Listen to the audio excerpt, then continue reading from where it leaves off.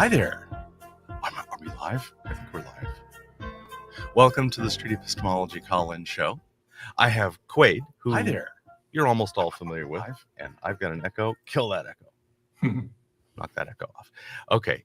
I've got Quayd here with me, and you all probably know Quayd, but I've got over there, I've got CK. CK, tell me about yourself. Where did you come from? How did we find you? What's going on? Who's this guy? Yeah, so I feel like I kind of got bamboozled into this. So I came across a post in the Street Epistemology subreddit about a SE game being tested out. Mm-hmm. And this is Quayd's game.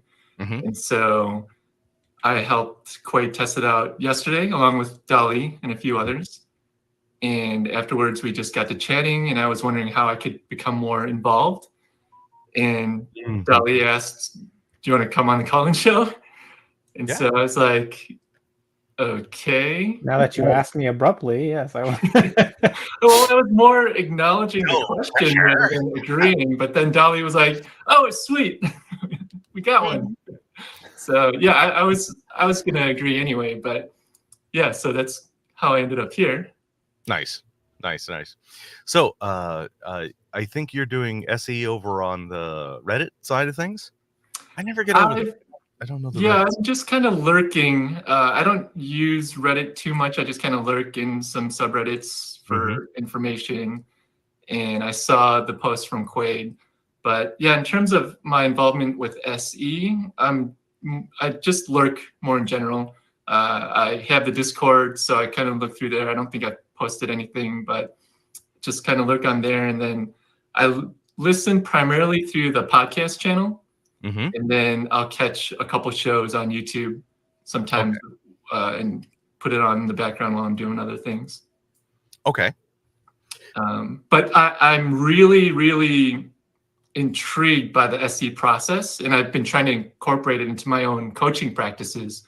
So one of the things that I do is I'm a functional health and performance coach. Mm-hmm.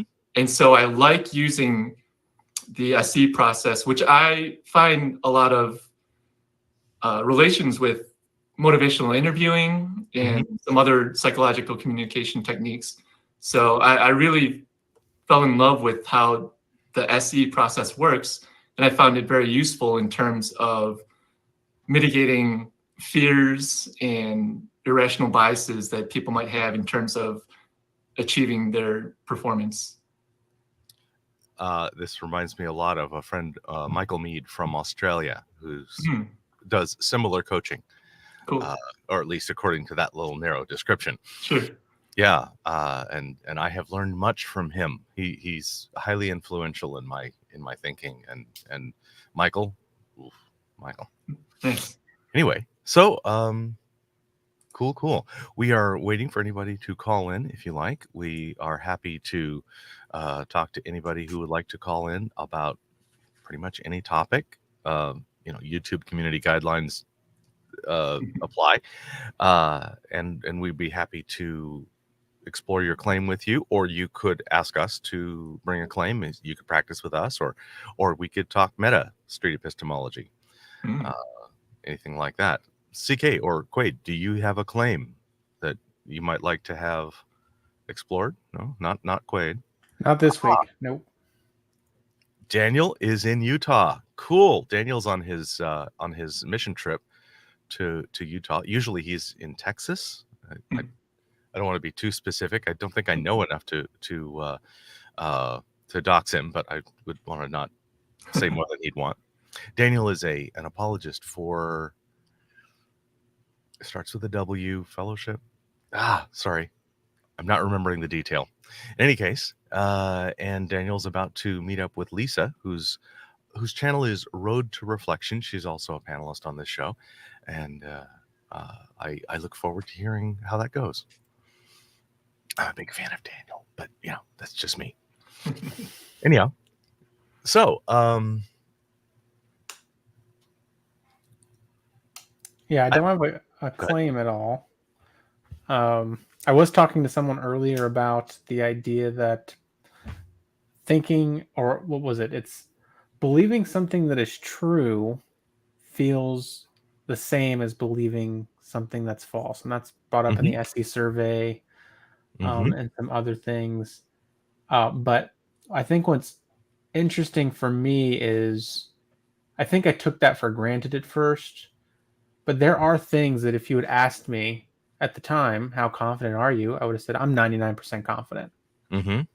And then if you would have asked me something that I no longer believe, if you would ask me when I believed it, I would have said 99% confident. And then if you would have asked me something like, do your parents exist? I would have been like, yeah, I'm 99% confident. The confidence level would have been the same. But in hindsight and reflecting what it felt like with the thing that I ended up not believing in, I would have expressed the same level of confidence, though the feelings were different to me. And so that's something that I think is interesting. It may ultimately feel the same to, I guess, be confident, or it may feel relatively the same to be confident, but it's almost like, and then we were talking about justifications and how those can play a role in how we feel. But it seems like if that's the case, if I can believe two things, same level of confidence, and those don't feel the same, then it seems by logic, it could feel different to believe something that was true than something that's false, depending on what it is.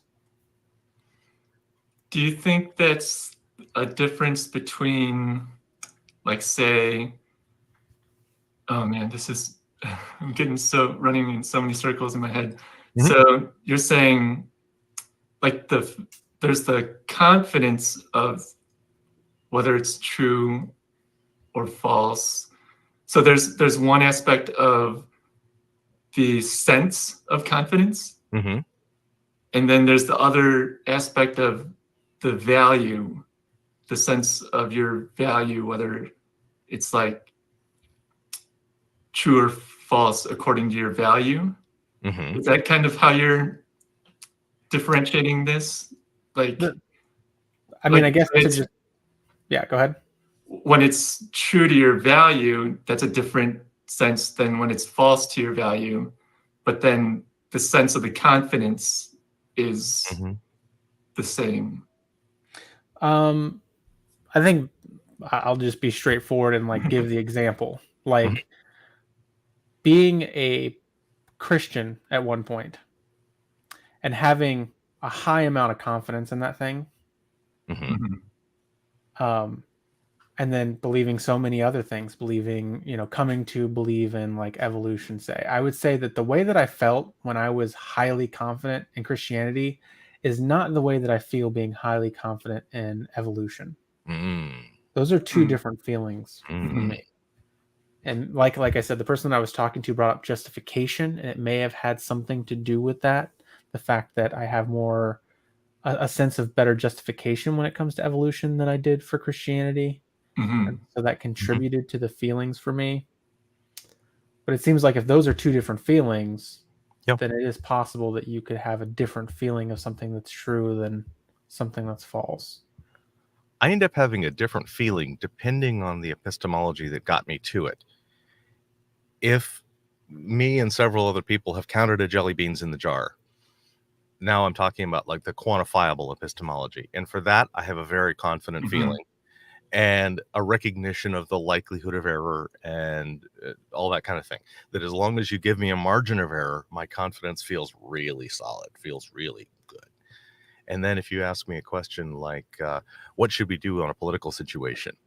Well, my epistemology is very different. Now it's, what do I think would be best, and what values am I serving for the social good, and those kind of things. And then I have a different feeling, which is more like righteousness, or I am certain because I've thought this out. It's different. Not that I necessarily would consider myself more right in one or the other. I can certainly change my political opinions, but boy, could I easily change the number of jelly beans in the jar. Oh man, that's the easiest thing to change. Oh, 3 more people counted and they came up different. Done. It's different. Yeah, that makes a lot of sense. in relation to one of the ways that I like to categorize things in my coaching practice, where I like to use categories of feelings, thoughts, and facts. And so, Dali, you gave like 3 different examples, and they seem to fall into feelings or thoughts or facts.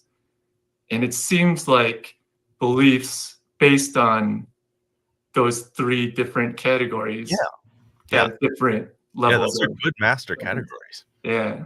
Mm-hmm. Thanks. Yeah. Cool. So learning when we're wrong. That can be very. Another thing is, I think my memory gets. How do I say? My memory gets overlaid when I go back and remember a time. Like, I used to be a theist, and I would remember a Bible verse from remembering it from when I believed it. Mm-hmm. Very different feeling. And my feeling that I have is that I was wrong and false or whatever. I have a disbelief now. And that emotion is my current emotion about the past thing. So I don't remember what my emotion was at the time, except maybe I could remember, when I felt elated, or I felt, whatever, and the choir was singing, and I had that feeling that happens when the choir sings, or that everybody's doing the thing together. By the way, I used to think that was called the Holy Spirit, but now I think it's a different thing. Again. So I think my memories are retroactively adjusted as far as the feelings of the things. But in the real time, for me, I can't tell the difference based on a feeling as to whether my thing is likely to stand the test of further time or whatever. Hey, Tombstone, by the way, I enjoy the music. Hey. Tombstone does music? Yes. Ooh, I need to get some Tombstone music. Yeah. These days, I try to leave confidence out of the question when possible, because I've noticed it can become a hindrance to correction, and that's case by case as well. Okay, so if they establish a confidence, do you think it puts a stake in the ground, or causes their belief to become more firm, something like that? Is that the notion of the confidence question? I've had many discussions with some discussions with Dr. Tyrone Wells, Let's Chat, where he was encouraging me to drop the confidence scale entirely. I think for probably similar reasons that what Tombstone is talking about, in that it may actually interfere with the process.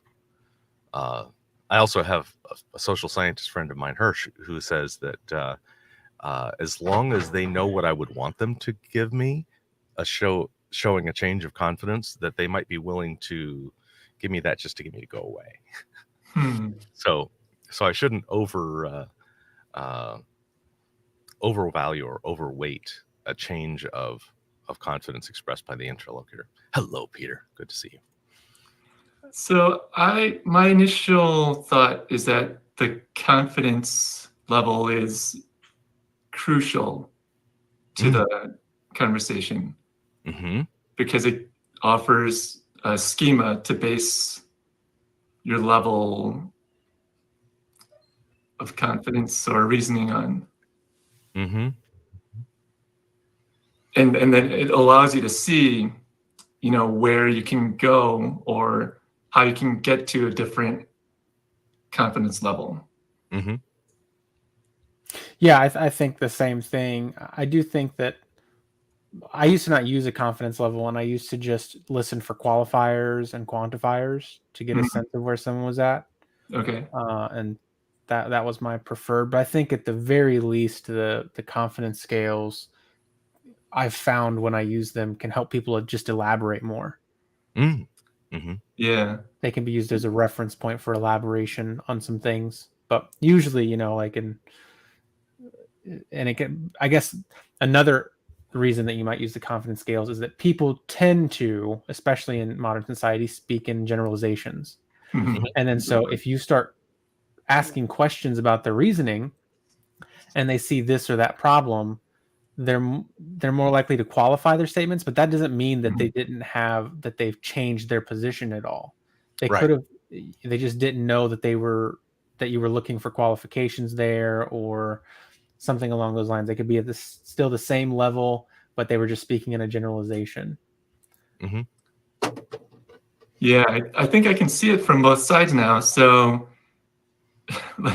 so a lot of times I find when I ask about confidence level, I don't know if it's because I exude some kind of superior intelligence or something, but a lot of people will just say 0, and then they'll just go into their own thinking and reflecting, and that'll be, they'll have that what's the word you guys use, aporia, right there, with just asking for the confidence level and then thinking, how confident am I in this exactly? Yeah. And just that will get them into that thinking space. So I wonder, on Quayd's point, if there might be some benefit to not necessarily using an obvious scale, but kind of trying to tease out where their confidence is at from how they're speaking about things. Yeah. It's interesting you say that too, because I have a lot of experiences of the opposite effect, where if I ask for a confidence scale, I'm more likely to get a 100% in a very like abrasive or aggressive manner. So that's interesting too. So what do you think about alternate number confidence scales? 100 is very common because we're used to thinking in percentages. 1 in 10 was suggested by Boghossian in the original book, or at least the second book. And then Mark Solomon prefers the 7-point scale, 1 to 7, which is kind of the standard now for spectrum SE, like Reed and Peter are doing, where it neutral in the middle and it goes to slightly agree, strongly agree, and the other side to disagree. So you get 7 points. What do you think of the different scales? I like the 0 to 100 the most personally at this point. I might change my mind watching them work on the scales. It might change also depending on circumstance, but I like 0 to 100 because I think there's a lot of room there. And even if their confidence changes by 1%, I want to be able to explore that. Whereas at 1 to 7, people might be less likely to go from 6 to 5 because that might be too big of a leap. But 95 to 94, not that big of a leap, and they might feel comfortable taking that step. Yeah. I was of the same mind as Quayd, and to add to that, like the 100-point scale it seems to be familiar with most people. So, it's easy to pick out a number on a scale like that. But then I've begun testing out a different kind of scale, and this is for something totally different, not SC or confidence levels or anything like that. But I wonder if this would work and be beneficial for SC, in that I use a -3 to +3 scale. Okay. With 0 being neutral. All right. Yeah. And so I think that might be more intuitive as long as people want to by negative numbers. Yeah, exactly. Nice. I'm tempted to. I feel like I want to do this, but this would be a bad idea to go from -100 to +100. Sure. Because that does allow you that 0, and I think 0 can be really important. I think that's a clearer scale for most people's thinking, because when I ask on a scale of 100, and 100 is I'm absolutely sure, what does 50 mean? Right. Does 50 mean you're neutral, or you're half as confident as if you were completely sure, or something like that? Now, me personally, I'm weird. I like statistics and math, and I use sigma scales, which nobody understands. So yeah, you still gotta explain that to me at some point, Dali. Yeah, it's the bell curve with the standard deviations. So are you 1 standard deviation away from neutral? Are you 2? Are you 3? Are you 4? Is that the sigma sign, the O looking thing? Is that what that is? Oh, yeah. And only statisticians and math geeks and science geeks understand. The rest I have to explain. Oh, I'm 2 sigma. That's about 95%. And then they think 95%. That's really confident. I said, that's about as low a confidence as I'm willing to describe. I'll say 1 sigma, but if it's less than 1 sigma, I just don't even know. I don't know anything. So that scale, the benefit to me on that scale is that it makes reference to what I think is the exponential nature of confidence. And then again, if you're not a mathematician, why am I even throwing this complexity? When I get to go tabling with Reed, he has scales that are half of a be back later sign. It's just a little indicator that goes around a half circle, and he has a gradient from white to black, and little marks, but no numbers. And that is the most numerically independent scale. And the upside of that is people don't get hung up on the math, and halfway is kind of obvious. Halfway is right at the top. So like for example, when I'm doing the flying man, I don't try to keep going. Flying man is an example where we usually it demonstrates like the evidences in the New Testament or something, though it could apply to most anything. And I only lay on stuff until they either hit an abort or they get past 50%. I don't really care what would get them from 70 to 90. Once it gets to 50%, because I'm assuming with the flying man, because it's completely a thought experiment, that they'll start off at 0. They'll start off at not believing any part of it. And that's all good. Ooh, I have a wall of text here. Hello, Clinton. Do you guys use SE on social justice in a similar way as you do to theist? Yes. Personally, those conversations seem more relevant to the world I experience daily. I can see that. I don't know about you, but here in California, I run across many more people who have untestable beliefs in social justice than I do young earth creationists or Bible thumpers. Okay. Tell me, first of all, Quayd, CK, when dealing with somebody who's got social justice on the mind, how similar is that to religious claims for you? For me, it's not similar, but the practice, I think that creates a good bar for an SCer is that you should find a way to try to make those conversations be essentially the same. You should be asking the same type of questions, things like that. This is my experience. My experience is actually that it is different if I'm talking to someone who is an expert in some type of what would be considered like a social justice field or a critical theory field versus somebody who is a proponent of critical justice. Somebody who's a proponent of critical justice but isn't necessarily an expert, that those conversations are very similar to ones with religious people. Okay. Cool. Have you had many opportunities to speak with experts on the subject, qualified like scholars in social justice? Yeah, I mean, like professors that I've worked with, or like I'm in the humanities field, so and I've had a lot of teachers who are in that field, and so it's usually along those lines, and it's just very even paced, and I can't say that I understand it fully, but it seems to my layperson mind more sophisticated. Whereas if I'm talking to somebody who is a proponent, not an expert, I end up having a face of consternation. Like I'm really thinking and trying to figure out how it works. So, indeed. For anybody who's unaware, Quayd is a professor, college. Am I correct? College level English. Yeah, English teacher and stuff. And so you get a chance to rub elbows with a lot more academics than I do. I only get a few academics in my life, and I enjoy them very much. And so I'm generalizing from that experience to say, golly, talking with academics must be much more calm and cerebral, less mudslingy. Generally speaking, yes. Generally speaking, it does. There are still some negative experiences, but yeah, generally. So, what I'm thinking when it comes to social justice versus religious types of conversations, is I go back to my categories of feelings versus thoughts versus facts. And so when I look at something like religion, I see it more based on like the feelings category.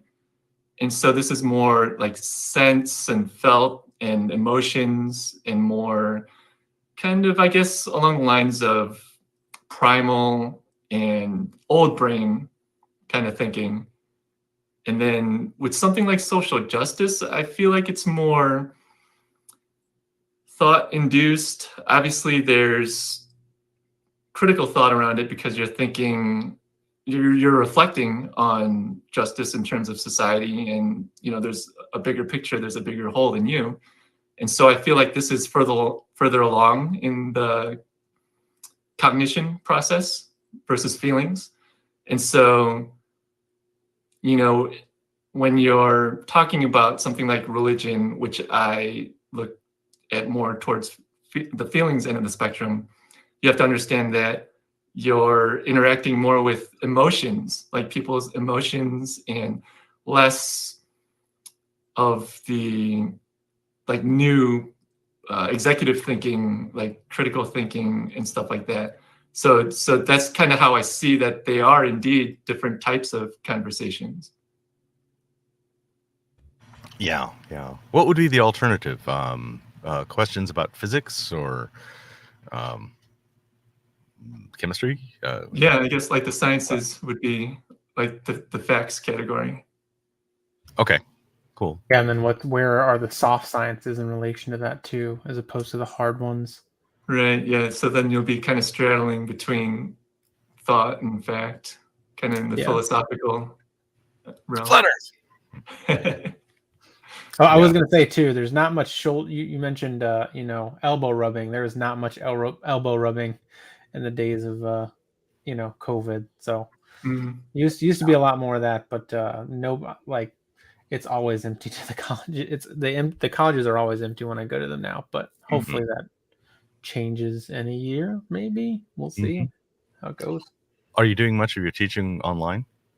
It's all online. But my next semester will be my first time teaching a class. Oh, actually, no, I'm sorry, because I taught you face-to-face last semester, so that's not true. But yeah, the vast majority of them have been online for the last 2 years. Was it mask to mask? So one of the schools that I taught at last semester, we had to wear masks up until like the last month, and then they put out a thing saying we didn't have to wear masks anymore, so we could all take them off. I still wore mine just because they don't bother me, I just don't care. But we'll see how it shakes out next semester. I'm not anticipating anything, but there's some stuff coming up in the news. Maybe it's enough people have gotten vaccinated now and gotten it at this point that I don't know how likely it is to spread, but yeah. I think we are in the endemic phase. So I'm a big fan of Dr. John Campbell. Yeah, you mentioned him before. The UK, and he's got me convinced that between the high levels of vaccination and the natural immunity conferred by so many people actually having had it, that we should be addressing it differently. And okay, that's good. And I just recently had it 2 weeks ago. Oh, so, yeah, that's right. Yeah, how did that go? I mean, I had almost no symptoms. I had one bad day of some body aches and that kind of thing. My whole family popped positive, and the other three of my partners all had it worse than me, but not like wildly terrible. Nothing worse than like a cold that takes a couple of days. And in my case, I had one day where I was symptomatic that it mattered, and then I was fine. So I really got lucky. Good. Are you vaccinated? Yes, I'm triple jabbed, and then I got it. And with Omicron BA.5, I understand that's going to be the normal condition. And I probably am relatively protected for at least 6 weeks. Yeah, well. Oh well. Yeah, I haven't gotten it yet. I don't think. How would I know? In some circumstances. Right. So many asymptomatic people showing positive. Yeah. And then I'm going to a concert next week, so hopefully that's not the the one that gets me. Being around a bunch of crowded people. Good day, trends. Yes, I'm having a great day. I can't speak for the rest of you. Yeah, great. So let me reset the room. Here we are. This is the Street Epistemology call-in show. We are responding to comments in the text a lot right now, and we would love also to respond to your voice and face. If you are willing to click on the StreamYard link in there and come and talk to us. We are happy to examine your claim and be all properly street epistemology, calm and not pushy, and all those neutral, lovely things that are terribly boring. Street epistemology is boring when it's done right, which is like what Elon said. It'll be right when it's boring. I don't know. And then, or happy also to talk about street epistemology, or you can give us a claim that you would like to epistemologize and be the interviewer. We'll take any of the roles in the thing as long as street epistemology is somewhat associated with what we're talking about. You can run the show. So anybody want to pop on, you're welcome to do so. We could also consider Reed's thing. That's what they did on Tuesday, I believe Tuesday night. Spectrum. Yes. Yeah. What is this about? Street epistemology. I'm going to answer at several levels. And street epistemology is where we take people's claims and we figure out where their confidence is, figure out their definitions, and then ask them the reasons for their claim, digging all the way down to their epistemologies. What are the ways in which they process data to affect their beliefs?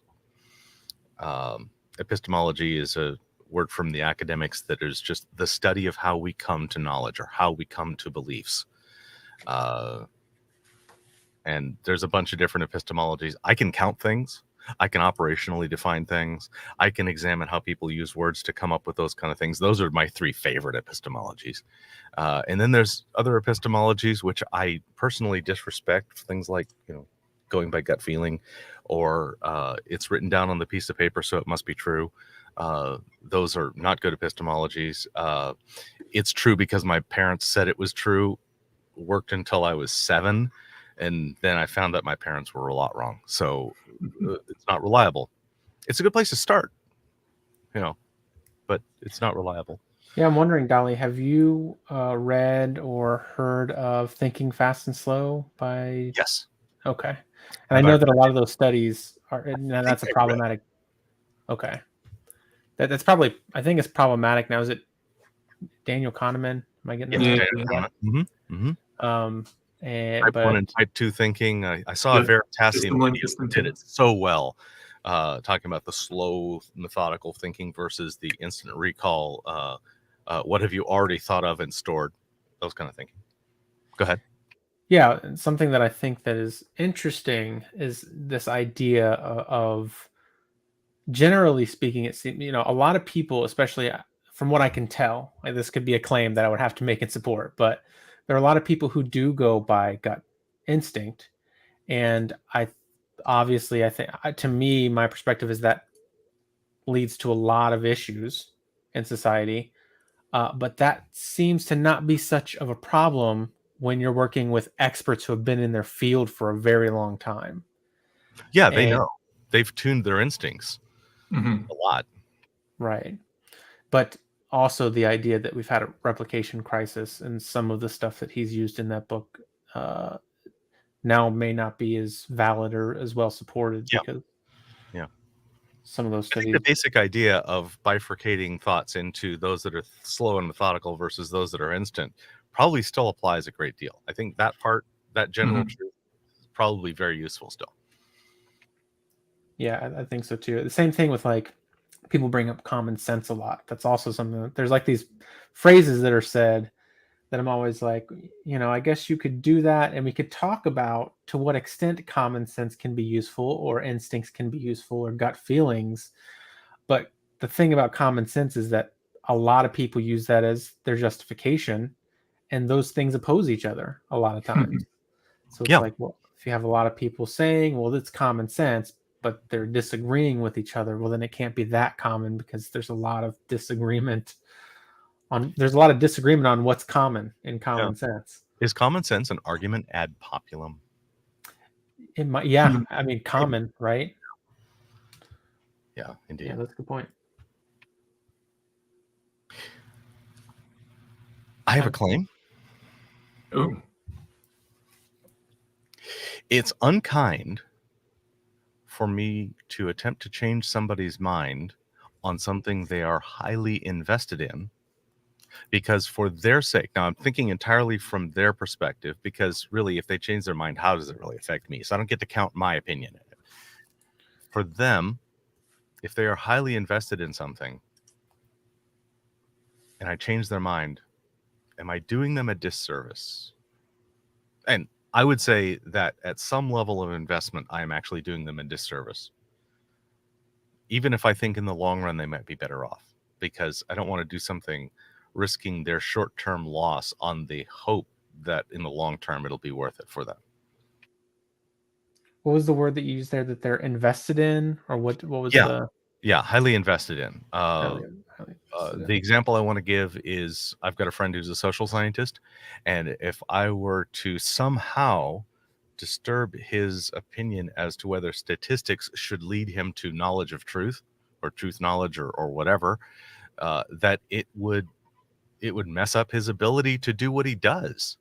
It would mess him up professionally. It would cost him a lot of money and maybe opportunities if that were to happen. Well, Dali, how confident are you in that claim? How many sigmas? One sigma. That's about 2/3. Okay. And I am acting as if it is true. I am conforming my behaviors to avoiding attempting to change the minds of people who I think are invested enough that their short-term loss would be significant. That I would much rather switch to a topic for which it would be less costly for them. Okay. I'm personally wondering, because CK, do you have any questions you want to ask? Or Yeah, is this for your own benefit or your friend's benefit? No, this is for their benefit, because I want to hold myself to kindness first. And kindness means taking the effect on them as proportionally much more significant than, say, their effect on the world. I might be able to, if I'm successful, convince somebody to vote my direction on a political thing. And if that doesn't cost them much, great, let's do that. Let's see if we can talk about gun control or gay stuff or whatever. And that might affect things. But of course, that's one vote in. So the actual effect on me is negligible. The effect on them, if they change something they're really invested in. If somebody works for the NRA, I should probably not try to change their vote on gun control. Interesting. Could I phrase this as this? Am I saying essentially the same thing here, or is it different if I said we shouldn't try to change someone's mind on something that they're highly invested in? Is that the same as the claim you made? Yes, I think that's a good statement of the claim. Rip asks, is it possible that they could change my mind? I hope so. I endeavor to be convincible anytime I go into one of these things. When I'm listening to their reasons, I'm not just automatically discounting it because I disagree. I want to be as convincible and model convincibility in the same way that I would be asking them to do. And if I were unwilling to be convincible, I'm doing it wrong. By the way, I do change my mind 5-10% of the conversations I have. I am moved one way or the other. Yeah, similar to. So could you define what you mean by? I obviously have some sense of what you mean here, but maybe just an elaboration on the word unkind.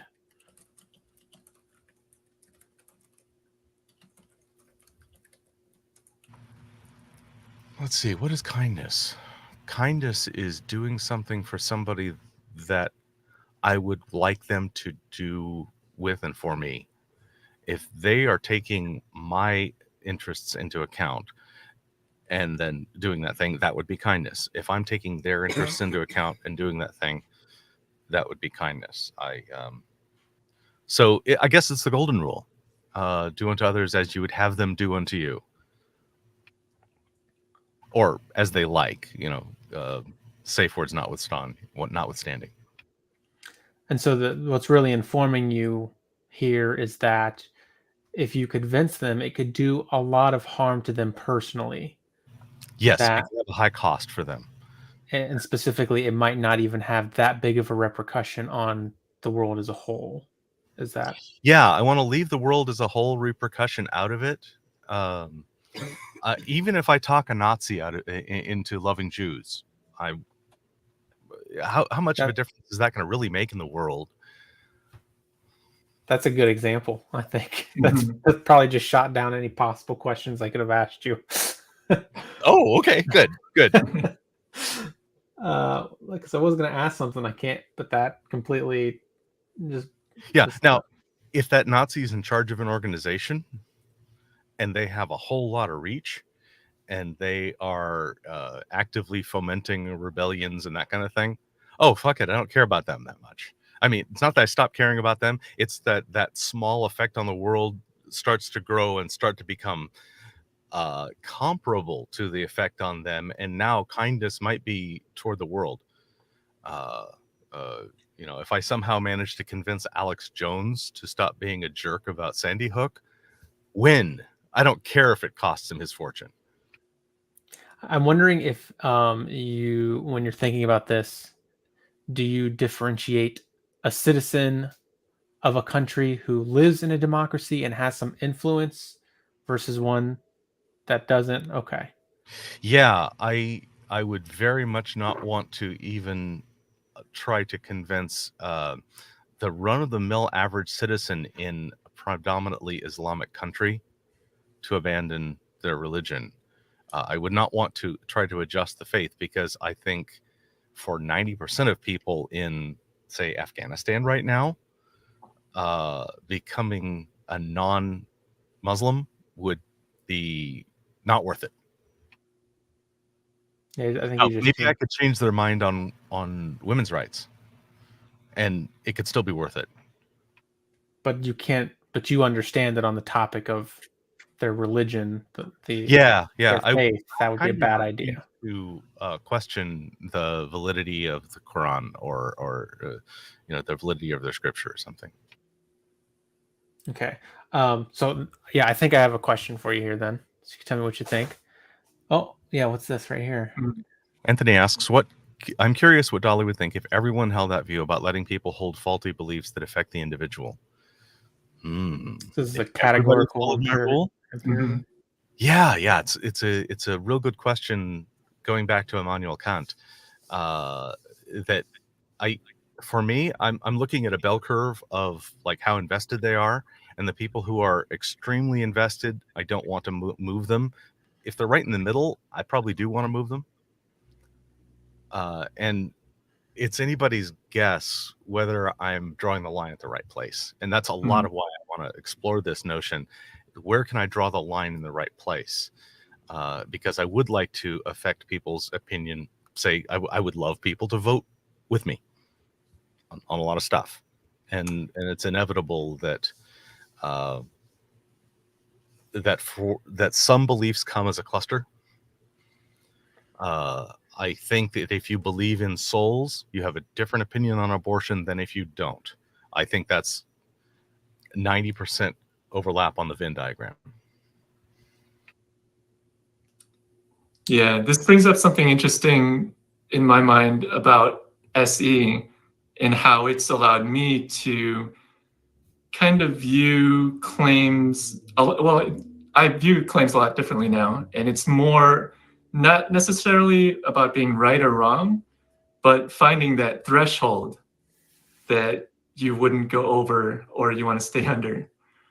Yeah. So it's like a matter of degrees in terms of where your belief falls. Yeah, it seems that doing SC requires a certain level of situational awareness or contextual awareness. Yeah, definitely. I do have a question for you, Dali, though. Yes. I'm wondering what this would do. So if you you had said that the golden, and this is your reasoning here is somewhat informed by something like the golden rule, right? Yeah, or probably better stated like imperative of like I don't want to hold any standard that I wouldn't want everybody to constantly hold at the same time. Got you. So if you were a run-of-the-mill Nazi, Okay. would you want someone would you want someone to convince you? I think you should just shave it all off. I think you should commit. Not gonna happen. Keep going. Well, you could, just always say that you're Charlie Chaplin. Sure. Yeah. That's where it came from, by the way. Yeah. It annoyed Charlie Chaplin to death that Hitler copied Chaplin's mustache. Yeah, I love this idea that I guess there's some strong possibility that Hitler played the great dictator in his theater, in his personal theater. He wouldn't let it be released in Nazi Germany, but he apparently liked Chaplin and had it privately screened. My guess is fantastic. Yeah. I think I only saw that once, but it was a delight. Absolutely fantastic. But so if you were a run-of-the-mill Nazi, you wouldn't want someone to convince you, is that you were wrong on your... If I were a run-of-the-mill Nazi and I was inside that, I would not want somebody to convince me away from my thing. Though I do think I would want them to adjust me on smaller issues. Got you. Yeah. And now I also think that there's another thing in play here. I suspect that people change their minds due to involuntary effects, that with enough reflection and enough feedback, people cannot help but change their mind sometimes. So if I were a Nazi and then just exposure to the world and feedback and whatnot, and I changed my mind, I wouldn't point at one person and say, you were the one who did it to me.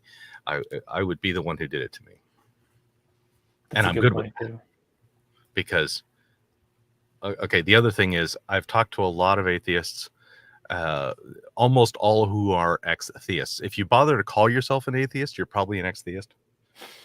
And those are the ones I'm asking the questions of. And almost all of them should say it was involuntary for them.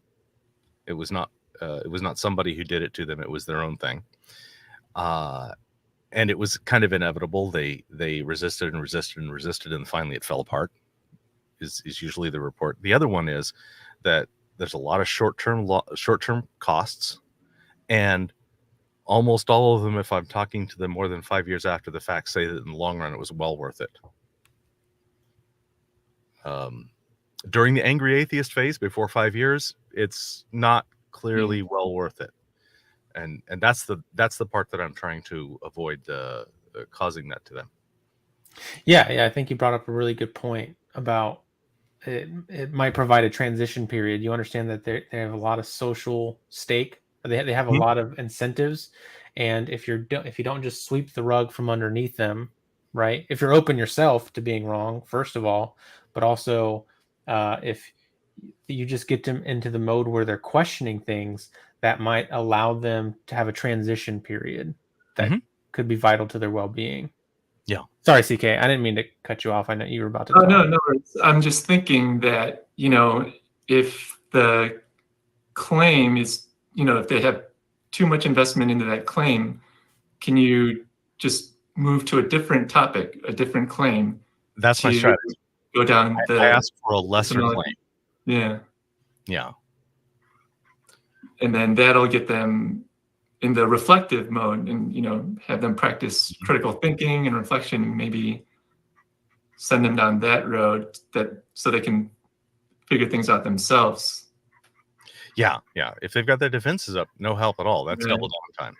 And whether the backfire effect is really a thing or whether it's just an apparent thing or whatever, it's still something that stops reflection in its tracks, or at least visible reflection that I can detect. It still might put a pebble in their shoe for later, but I don't have a way to know whether my behaviors are beneficial then.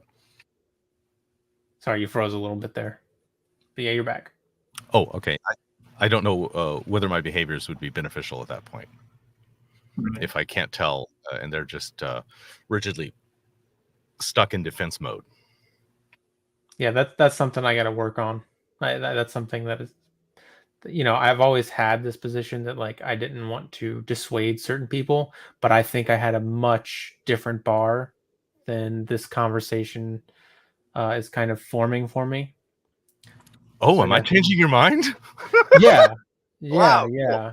I don't think it's because to me it was mostly just like I'll talk. I don't care. Like I will address any claim anywhere except for very limited circumstances. Like actually, my position was there is no a claim that I won't address to a U.S. citizen. It was Okay. always people outside of this country because I'm like we're in a democracy and our beliefs matter a lot. But I don't see any reason why I can't be more scrupulous about or more discerning about what I choose to talk about and when. That could be a different strategy. CK, I'm wondering if like you have any. You said that because you work with people, right? You work with. I don't want to say life coach, but it's something like that, maybe. Yeah. So do you have that experience at all with people who are just like they have a strong investment in these beliefs, and you choose not to address or deal with that? Yeah, so I go back to my categories of feelings, thoughts, and facts again. And so, a lot of times when people have strong investments in their beliefs, it's the feeling belief. Like it's the felt sense and it's rooted in emotions. So normally I find that people haven't gone through a lot of that reflective process and the critical thought. So it's a habitual reactance to that felt belief. And so if that's the case, I try to get them into the reflective process and move them more into thoughts than feelings. And then from there, I can kind of, I like considering these thoughts as like data and information. And then you can discern whether that data is true or false. If you're just looking at it as data. And then, that gets them from feelings to thoughts to facts. And then, once you're working with facts, then you can go through like the confidence level and the whole belief justification process. So maybe I should avoid the confidence on feelings-based stuff?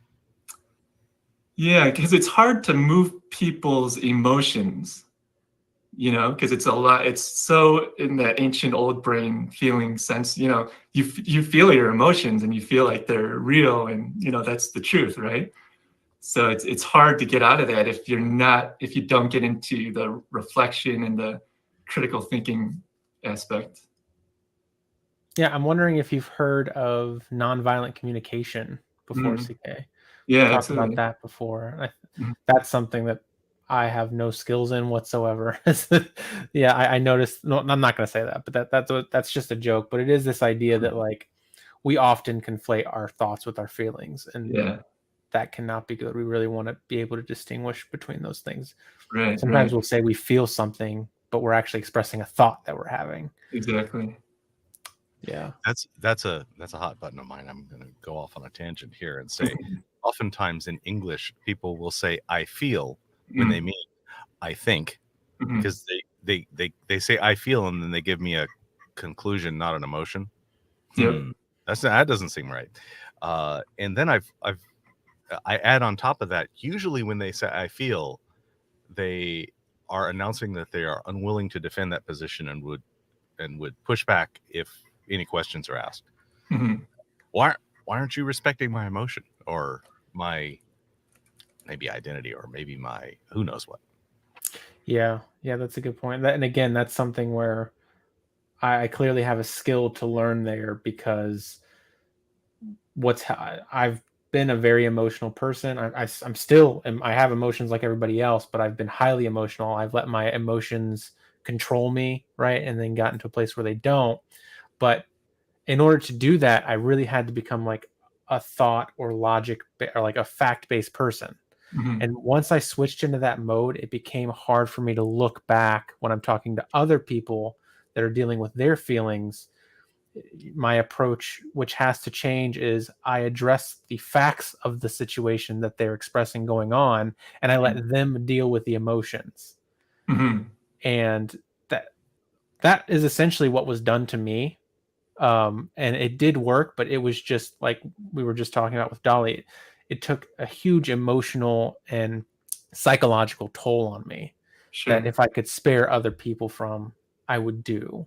Mm-hmm. And so it seems like when I get the indication that someone is really, we're in the emoting stage or we're in the emotional or feelings realm, that a different conversation needs to be happening than just fact or logic based or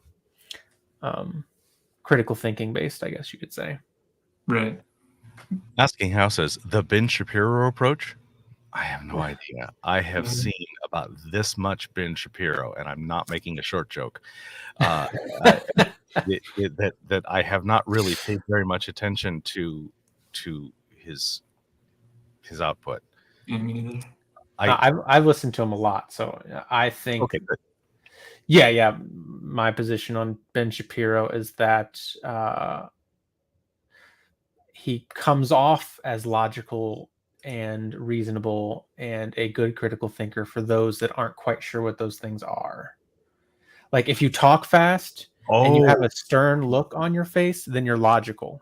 Like I see. He's kind of, there's this association with stoicism, right? That like if you first of all, like if you look angry, stoicism. I really am. Yeah, me too. But people seem to, I know a lot of people who are very angry, aggressive people that think they're stoics. Mm-hmm. And I think that's interesting because they see some emotions well, they don't. They just don't seem to be able to recognize when they're having emotions. So is that anything similar to, I know a lot of flat earthers who believe that they are skeptics? Yeah, I'm sure it has some relationship to that. Yeah, I'm not meaning to insult Ben Shapiro or anybody who's a fan. I'm not associating you with flat earthers. I'm just drawing a parallel between two concepts. Right. It's like Ben Shapiro says facts don't care about your feelings, but he emotes a lot. He actually does. He emotes all the time. So it's a bit strange to me that I so enjoy counter apologetics. I love me some T-Jump. Maybe not the worst dumpster fiery stuff, but I love me some T-Jump. I am addicted to Pine Creek, and I really have to limit my diet of counter apologetics lest it mess up my SE. I don't want to suddenly be channeling Christopher Hitchens when I don't mean to. And I'm channeling with a small c, nothing mystical. Yeah, I was just watching T-Jump yesterday, and he took a pretty bad L, in my opinion. He was talking to Kent Hovind, and there was a disagreement about what the actual debate topic was. And he ended up clearly being wrong about what the debate topic was. And that was difficult for me to watch him take that. Even though I obviously agree with him on a lot of stuff, but he was incorrect on that. Asking How saying, was trying to say it sounded like the approach that Quayd was convinced by and was potentially espousing? No. My point was that I do obviously care about feelings, but I think people have to go through their feelings. So I tried my, again, approach now, which I'm trying to change. So that's actually the differentiation. Is this is my approach now, but I'm admitting that I have a skill that I have to learn where I learn to have a different conversation with people who have emotion or feeling based beliefs that is different from the one that I have now. But the only way that I know to do it right now, even though I am learning through, I think, NVC and stuff, is to have the logic based conversation. But then that usually puts it in a position where they have to deal with their own emotions, which I think can be helpful. And again, that's the way I learned. Like people did not deal with my emotions from what I can remember in certain circumstances. It was very blunt and logic and fact based, and I felt very bad about myself, though I came to change eventually. I had to learn to deal with my emotions. But if I could spare people that, to me, that seems like the better thing to do. That seems more moral to me. Yes. Gina says flat earthers are skeptics, but they take it to an extreme of not trusting reliable sources. And I'm gonna share a personal. When I lost my faith, over the next few years, I shed epistemologies like old feathers. Mm. And now I am down to too few epistemologies. I am down to only type 2 thinking. I don't or whichever is the slow type. I have only the slow methodical type, and I am handicapped in adopting new beliefs unless you can show it to me in one of my favorite epistemologies. This is a problem for me. I am not currently able to take my doctor's advice because she fails my test for convincing me she knows what she's talking about. Mm. And this is a problem. So I am actually actively looking for other people's epistemologies that are, say, approximately good enough that I can use for act as if kind of choices, or maybe to adopt beliefs, which I think also relates to Ripthorn. Dali, you said you wouldn't want to change their mind, but are you curious of their epistemology for your own sake? Yes, exactly. And that's why personally I would like to adopt some epistemologies that are good enough. Nice. I'm actually also reminded of watching, so back on like the Stoic thing, right? This idea that I know people that say they're Stoic, but I see them emote anger. It just seems like there's certain emotions that they deem not Stoic, even though I just don't think they recognize their emotions. I don't think it has anything to do with them being hypocrites or anything like that. But I remember watching a skit. I love Bill Burr as a comedian, but he has a skit where he's talking about how like women can't just be satisfied. And he talks about, like they just wish they could be a man that would watch football and could be satisfied. But then he goes on to explain like screaming at the ref. And it's just like, I don't know if you know what satisfied means. I'm not sure if you understand what satisfied means there. And so that again, that women can't, and I'm already biased against you. Just know. Exactly. Yeah, exactly. Yeah, it's just like, it's again this idea.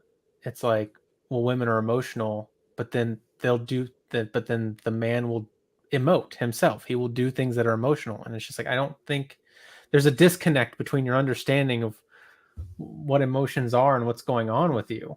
Yeah.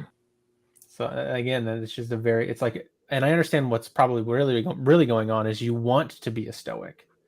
You want to be in control of your emotions, but don't point at other people and say they're not in control of their emotions and highlight that when clearly you're struggling with that yourself too.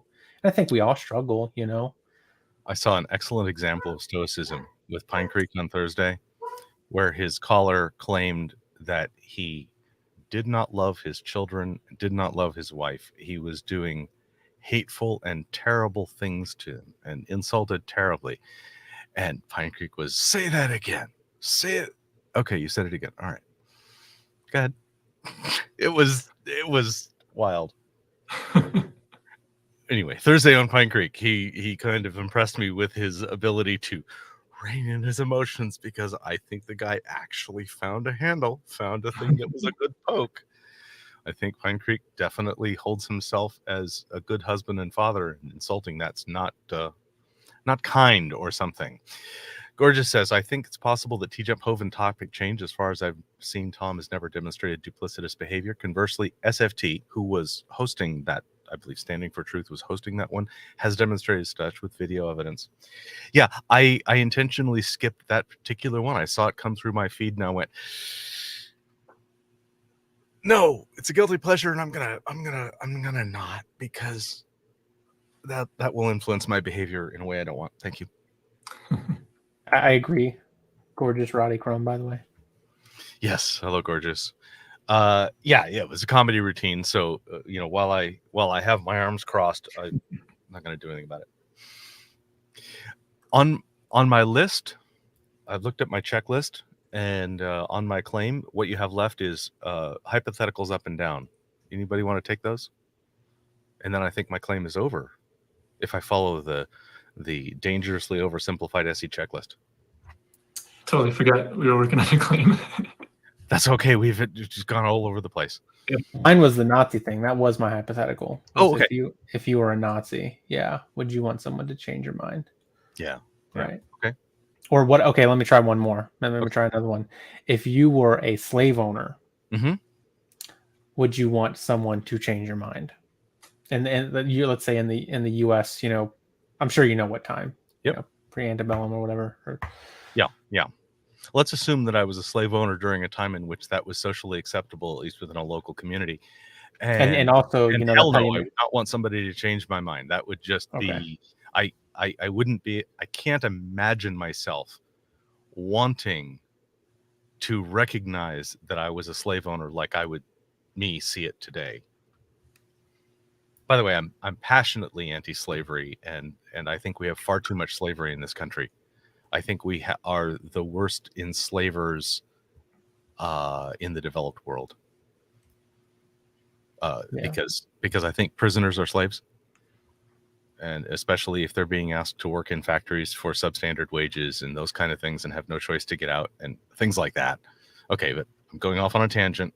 Yeah, the 13th is great. The 13th is a great documentary on it, I think. Oh, the documentary on the 13th Amendment? Yeah. So it says slavery shall be abolished unless, of course, you convict them of a crime. Yep. CK, I'm sorry for talking so much. Do you have any questions or hypotheticals or? Not that I can think of right now. Okay. I'm going to answer the generic hypothetical. What would move me up? What would move me down? And they are both the same. If in my review of people who have, I'm using theology because that's the one I have the most often, but it might be changes in other things that they were highly invested in. If I found people who would report that the short-term loss in their life were not made up for by the long-term gain, and I found that to be a trend, that would increase my confidence that I should not move it.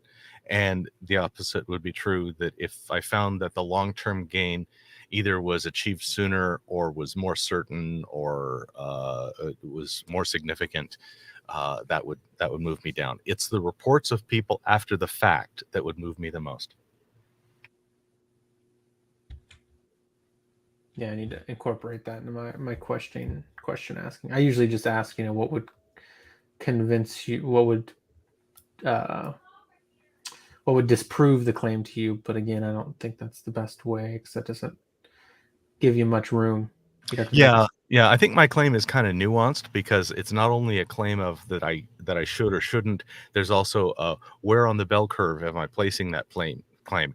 And really, I'm probably more movable on where they are on the bell curve than about whether there's a place on the bell curve at which I would want to not and do things like that. So I'm more confident that there's a place on the bell curve. I'm less confident on where the place is. Thank you for the conversation. I've enjoyed it.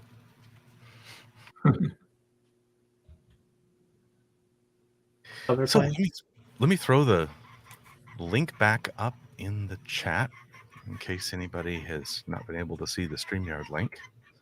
We would love to have somebody come in and interact with us, doing kind of what we've been doing. So, little question, just to kind of go off your claim, keep going off of that a little bit. Do you value long-term progress more, or tribal acceptance more? Oh, tribal acceptance. Tribal acceptance is the measure of the short-term loss. And of course, tribal acceptance on the other side. So if I'm just using the theist-atheist example, which is just the present one, not the only one, the cost is loss of tribal acceptance, and the gain in the long run is tribal acceptance plus a greater acceptance of self, a greater confidence in self. There's some internal stuff that people report is important. So tribal acceptance is the currency So I value that very highly.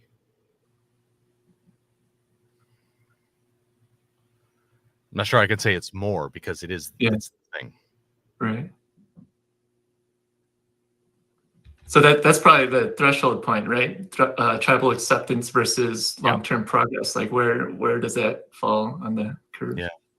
I think maybe you also said, do I value one more than the other, the long-term versus the short-term? And the reason I value the short-term is because it's more certain. Okay. Almost everybody's going to achieve, if they have a shift, they're going to have the short-term loss. Whether they ever have the long-term gain is less certain. Yeah, that's interesting. This is the argument of, would you ever try to talk somebody out of something on their deathbed? Right. How could that possibly gain them anything? Unless you believe that what they believe affects their afterlife. Right. At which point, well, yeah, I was in the hospital last year, and I just had people coming out of the woodwork to call me to try to convince me that I should re-give my life to Jesus. And it was like, yeah, I'm hearing you.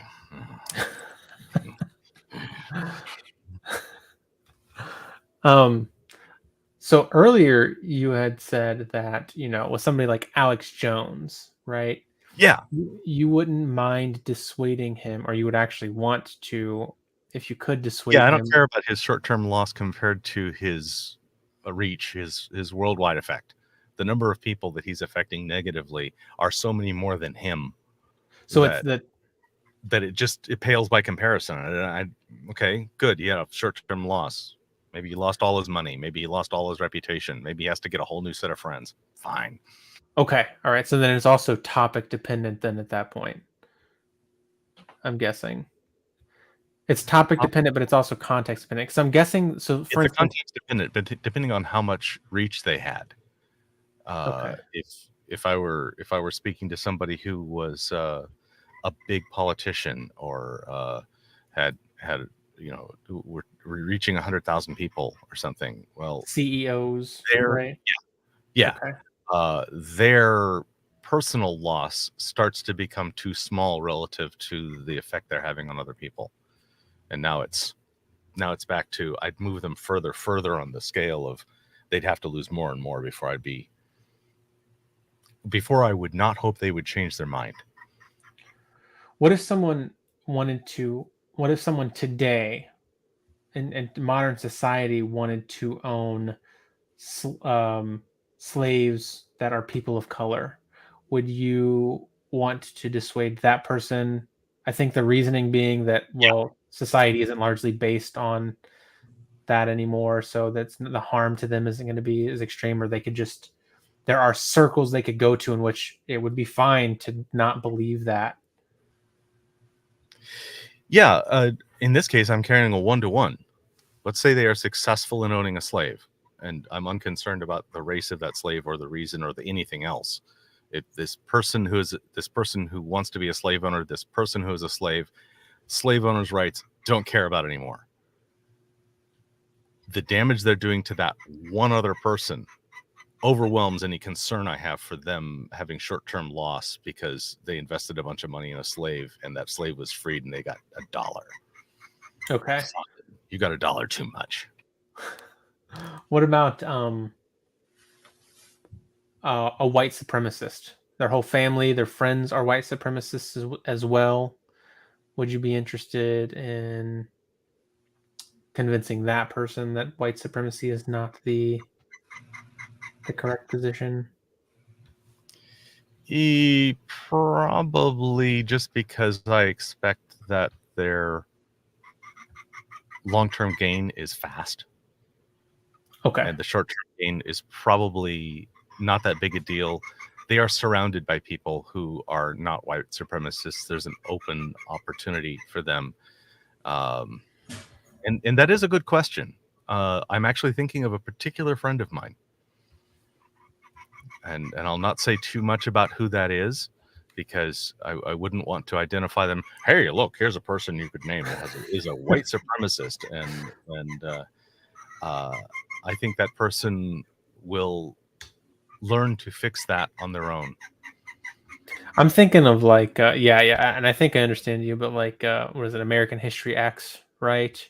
Or even like families that are close to the Appalachian Mountains or Appalachian Mountains. Some of those families, there are a lot of white supremacists in their community, though obviously they could leave those communities. But at this point, that's very rare. It seems like most circumstances, even if you have like a family, a lot of people in a family or group that's white supremacist, they're still heavily surrounded by people that do not think like that. Yeah. What about religion? I think religion is almost my prime example. Yeah. But I throw this out to much wider. Okay. By the way, I don't know any white supremacists who are not religious. That's so there's an overlap there. Anyway, but yeah, and the example I give is one that almost everybody can relate to. I have a scientist friend, and if I convinced him against statistics, that would be bad for him. But I don't. But I think that's an ironic answer, since many more people think that statistics are a good reason to believe things. Like that. I don't know. I could certainly think that flat earthers would also fall into that category. Many of them. Yeah. I've had a friend who's a flat earther, and the cost to her would be throw out almost the entire circle of friends and start over. Because, in my opinion, people who either embrace or accept flat earth are the 95% of her social circle now. So that would be really, really tough. And really, what damage? Is somebody going to take seriously? Is somebody going to stop a space program because of what she says? Who cares? Right. She has almost no reach. You actually just had a conversation with somebody who was obviously a very devout Christian, right? Osiah, right. And this actually might be an interesting thing to think about, because I didn't get a sense that you really knew what Osiah's background was, how many people that he is attached to, but you still had the conversation, and you seem to be asking some critical questions that may have dissuaded him. But this might be a problem for SE, because we don't usually in an SE conversation, we don't say what percentage of your friends are Christian, how much money do you make in your faith, based on your faith. Right. I specifically avoided arguing against his scriptural authority. Okay. Probably the most aggressive argument I did was the flying man, which was just to say, all right, if you use the same reasons that you give me for the New Testament being right, and I give it to you here, does this move you? And should it move you that much? And that kind of thing. Additionally, I noticed that he had moved out of a Jewish, what he described as a cult, and in something like 1 year had become Christian. So his level of investment is only what you could manage within a year. Interesting. So he might not have been on that side of the line, but I did very specifically avoid banging against his scriptural authority, and I went to other topics like where do you stand on abortion or vaccines or conscription or something, because I'm really anti-slavery. That is, I think, I've been thinking recently, because again, I tend to be too kind of just jumping right into the conversation. What's your claim? What are your reasons? Let's question those. But maybe some things that could get us into the conversation, but still be building rapport. So ask, like, how long have you had this belief? Yeah. And that will give you a sense of how you should be having that conversation too. Yeah, he disclosed that the belief was on the order of a year old, at which point I felt okay on my side, and still soft pedaled as far as which topics I focused on. Gina asks, would the aldermen that Pierce talked to be good examples of that reach? And I think these are LDS aldermen, probably. But in any case, these are missionaries or proponents of a theology, and I don't know where Pierce is with them. And I would perfectly be willing to believe that their reach moves their line a little bit as to what's good and kind. And go Pierce, go Pierce, go. Ignore me. Don't even concern yourself with my little petty concerns.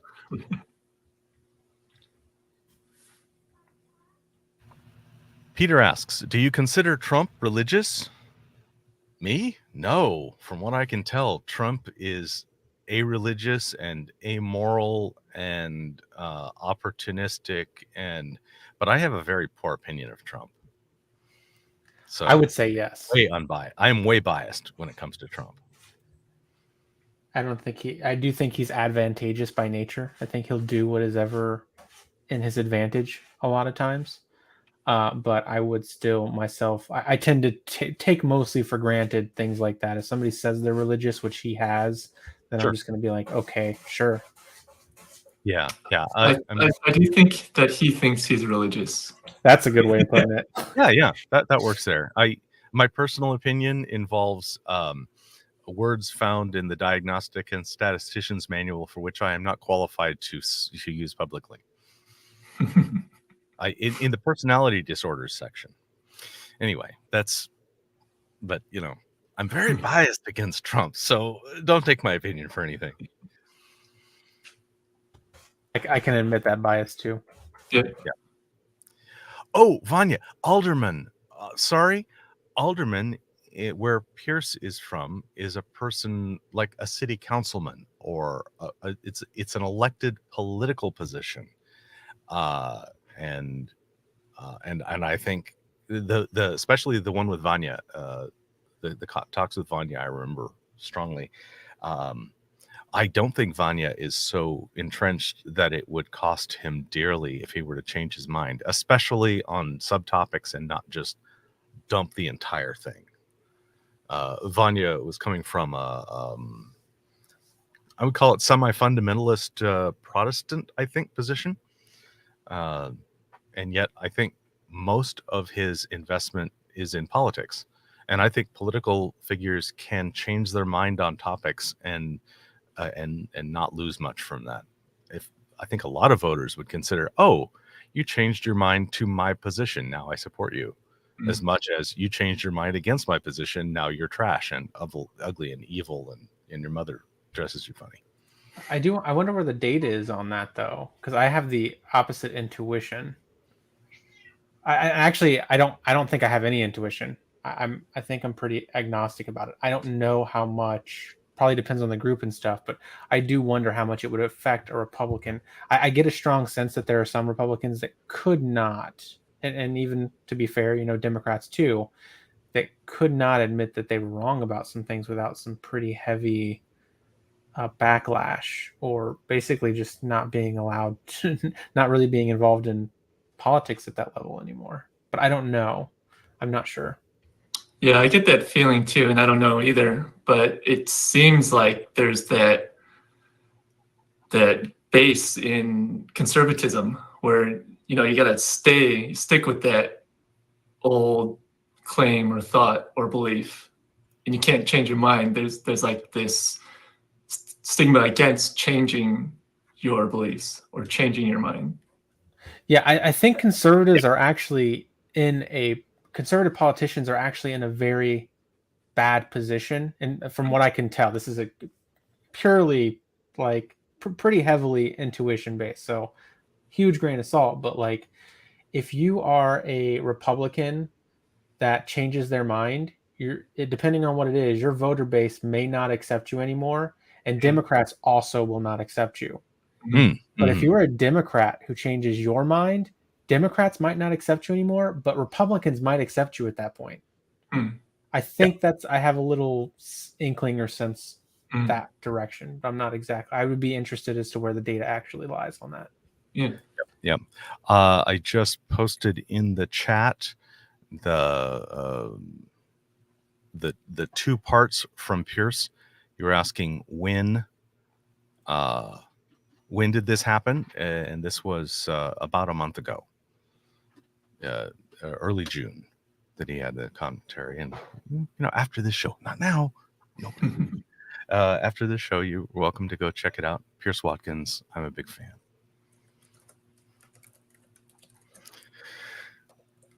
Let's see. The next question, Peter W.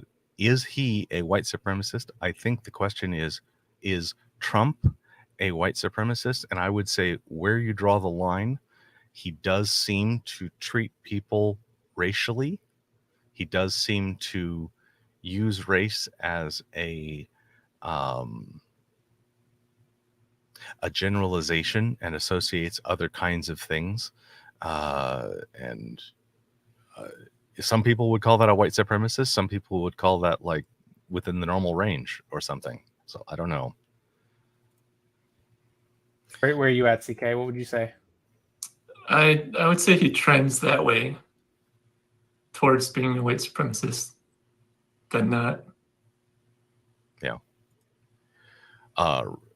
Gorgeous Roddy Chrome says Trump's apparent level of religiosity that I'll loosely label lip service is something I have seen to some degree in every church I have attended. That is not reflective of the genuinely faithful. Yeah, I mean, I hope I sounded like Gorgeous. I don't know. Does he have a nice voice? Yeah, I think you did. Gorgeous, come on and give us your voice. Tell me how I should read you. Yeah, I mean, I think religiosity can be somewhat difficult to define, but just my rule of thumb is if somebody says that they believe in God and they have I think it's heavily ritual based.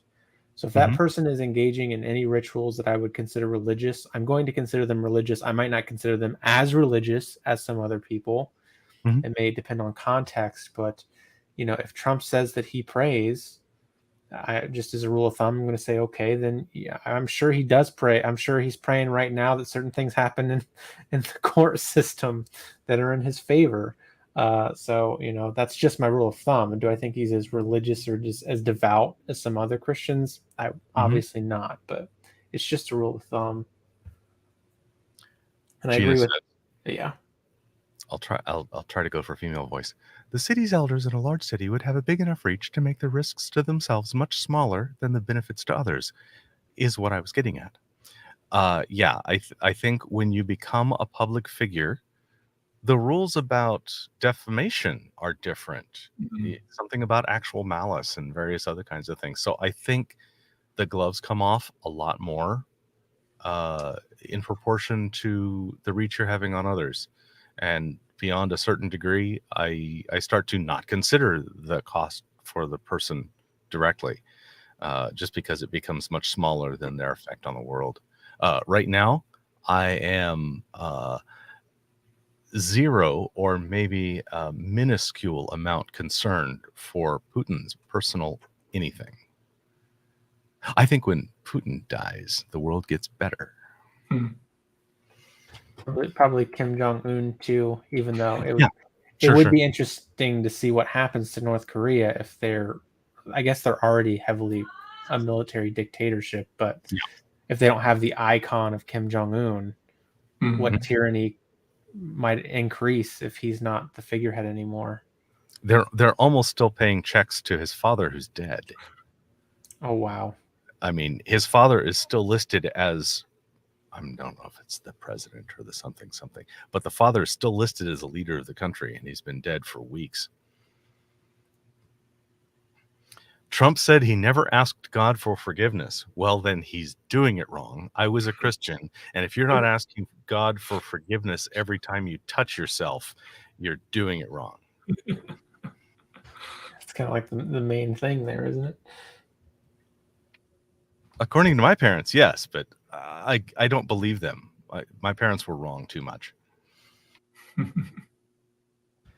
On the point of him being a white supremacist, I think I agree with Dali in that ultimately it does come down to how you define things. I'm fine with saying that I think that he's a racist. And this was actually a topic of debate I saw on some secular YouTube channel. I can't remember which one it was, but it did upset me to see that they asked the people, do you think that Trump is racist? The two talk show hosts, and they said yeah. And then he asked them for what information they had, and they gave him pretty good information, which he chalked down to just Trump being clumsy with speech, which that's like the thing he that has you so say. much opportunity to fix his clumsiness of speech, and plenty of smart people to tell him where he broke it. So no. Exactly. But what upset me was when they asked him, okay, do you hold Biden to the same standard? Would you say that Biden is racist? They ended up saying it, but it took them way longer. And they used more evasive language. Eventually they did come to say, like, yeah, he said this thing which was pretty racist to do, if you vote Republican, you're not black, some of these things that he certainly engaged in. Yeah, that one blew my hair back. I was like, oh, you generalizing bastard, you. Yeah, exactly. And he's obviously been in policies that have harmed African American communities or black communities. But when it came to actually calling him racist, they would say, well, I would say that wasn't a good thing. Sure. Instead of just saying, like, yeah, sure, but that doesn't mean an anti-Republican statement than an anti-black statement. Yeah, exactly. Yeah, or even the, what was it? The, you have, poor children deserve just as much as white children. Well, I think was something like that, which was also like, oh man, Biden. But but that's not to say, because ultimately I think they were getting around, like, they obviously, well, one of them was from Canada, but one of them voted for Biden, and it's just like, why couldn't you just say, yeah, he's racist, I just perceive him as doing less harm than Trump? And that's what it came down to. Yeah. I voted for Biden. I'm not as happy about that, but he's not Trump. Right. Yeah. So I'm still happy with voting for Biden. I wished for more, but I'm happy. I don't think I wished for much more. I also voted for him, but I don't think I wished for anything. Just anything else. I wished he would stop trumping, or the government would stop trumping and that kind of thing. Yeah. I'm not going to say anything about unions.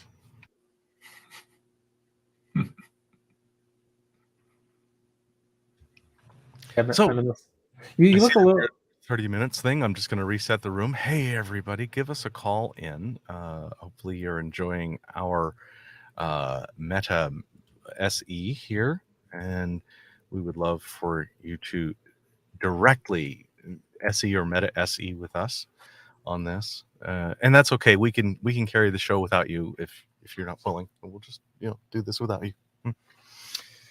Come on whenever you want. Did you have something, Quayd?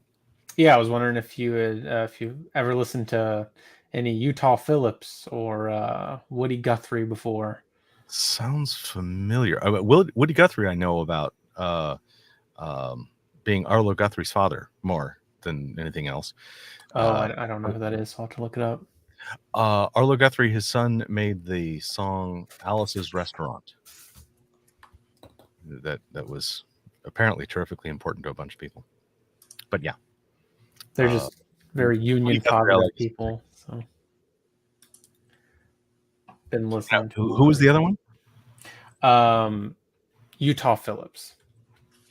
Sounds familiar. I think stand-up comedian? No, he's a folk singer.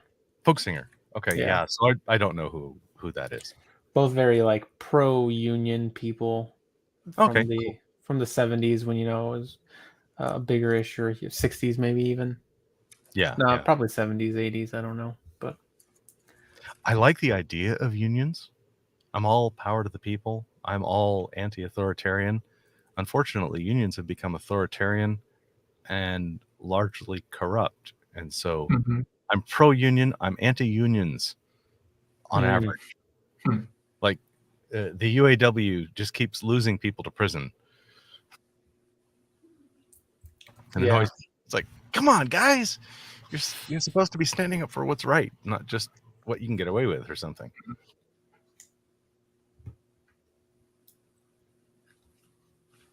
I guess it's all about how you do it, right? It's like yeah, you can corrupt anything. Yeah. Mm-hmm. Mm-hmm. But yeah, I'm strongly anti-authoritarian. So anything that pulls power away from centralized power to more distributed power, I'm generally in favor of. I think that's a great idea. Peter says, I'm UAW retired. Cool. Good I'm gonna on have you. to look that up. I do not know what that is. United Auto Workers is the union that covers pretty much the Detroit Big Three and that sort of thing, and does not deal with Tesla, and that actually turns out to matter.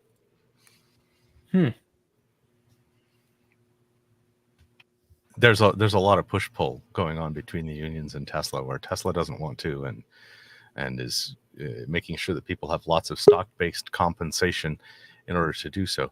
Hey, Tyler, turn on your video and then hold up 4 fingers.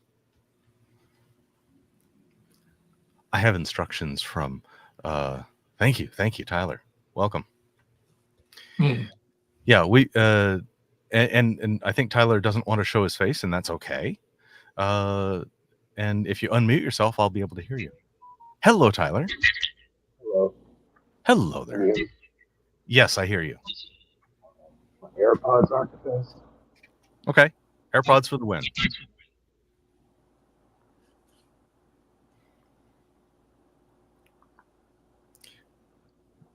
I'm not hearing Tyler. There you hear me now? Yes, I hear you.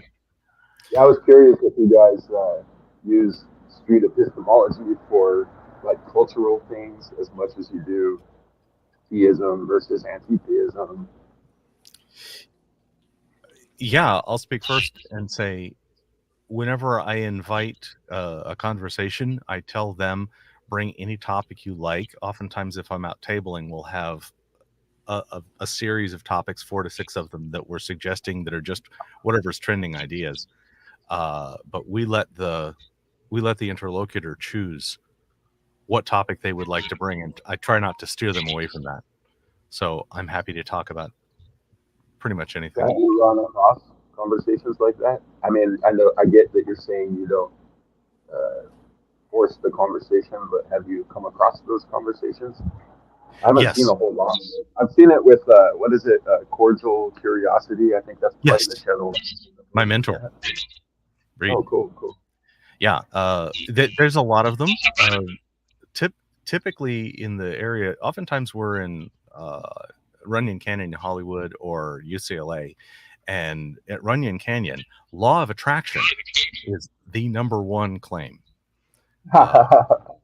And I would say that falls into the category that you mentioned of like being somewhat non-religious or something more social. Yeah, that's up that alley for sure. Yeah, did you say cultural? Was that the word you used? Yeah, I was just trying to find a word other than like woke. I hate that word.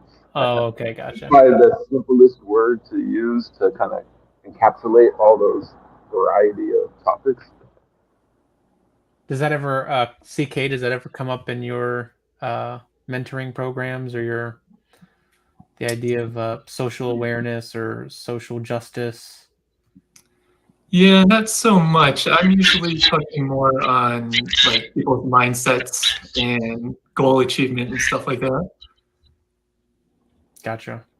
But I do, I wonder if it would be beneficial to have like more like approachable, or I guess timely topics. I don't know if that's the right word, but like I feel like there might be a thing against C because of the preponderance of like the religious talks or vaccine talks or these really heated topics. So I wonder if there's benefit to having a more benign topic so we can concentrate on the epistemology. Because I wonder if people are getting hung up on the actual topics and the claims. That makes sense. The reason why I brought it up is because when I first found out about street epistemology, I was like, how can you say it? Very fervent atheist type, you know?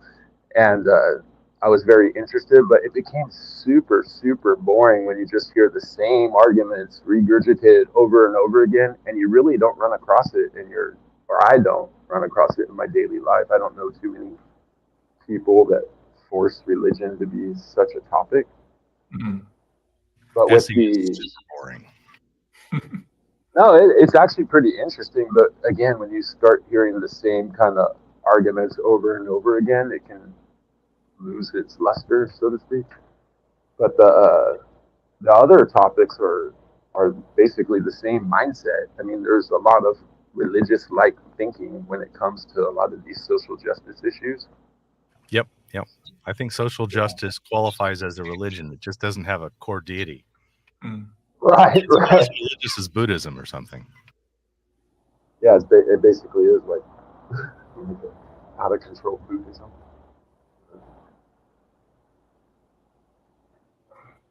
But yeah, so it doesn't sound like any of you have really dealt with that very much. I've had instances of it. I mean, and again, like I was saying, I've had conversations with both academics that you would say that people would probably call social justice warriors, even though they would probably never describe themselves as that. And then I've talked to advocates of it, people that aren't necessarily experts in it, but they believe it. And my problems me personally have always been with the advocates, not the experts. And I have had, like one time I can recall this was a long time ago, by the way, but someone saying that, and this is often talked about, white people can't experience racism, with the reason being that that they have to have power, that there has to be a lack of power, essentially. Right. was what they were saying. And again, an expert might describe this differently, and I found some experts do describe this differently, but this person that I was talking to described it this way, and I was explaining to them how, like, my stepfather was a Black person, and I grew up in a majority Black community, and I didn't have the power that a lot of my peers had, or that my stepfather clearly had power over me as the head of the household, right? And then them just immediately getting really upset with me and screaming in my face. And that's the same experience I've had having some religious conversations. So power is on a gradient. Yeah, exactly. And it's dynamic. It's like you can have a power in one situation and not in another, which is why I tend to try to steer the conversation towards intersectionality, which I think is much more dynamic than like critical race theory or some other things. And is often. Sorry, go ahead, Tyler. Oh, I just said they're all super related, though. They obviously contradict each other in certain ways, but like same as religion, right? I mean, we can pick any topic in the Bible and find a verse that contradicts another verse, but it doesn't mean they're not related. So in my rough surveys, not careful counting, between 20 and 30% of the people that approach in the parks when we're tabling bring a theistic claim. The rest bring something that's non-theistic, although theistic overlapping in that, for example, most of the people who would bring law of attraction later claim Christianity as well. So is it a non-theistic claim? It's not a theistic claim on its face. And you could believe in law of attraction without believing in Jesus. Right. Yeah. Tyler, help me answer this question. Moonshoes asks, what does it mean to be opposed to social justice? So it's like a lot of the conversations you guys have about theism, you kind of have to define your terms. So when I say social justice, I'll say it, like, for lack of a better way, with a capital S and a capital J. Not like I'm not opposed to social justice, in the broad sense. But with a lot of the dogma that goes along with the kind of stuff we see on social media, and just with my own family, with like people that I know and have known for quite some time, I mean, I'm blown away by the assumptions that they, it gets to the whole epistemology of it, like the types of things they believe for what I see as no reason or very little reason or bad reasons. Mm-hmm. So what was the original question again? I apologize. Oh, Moonshoes asked, what does it mean to be opposed to social justice?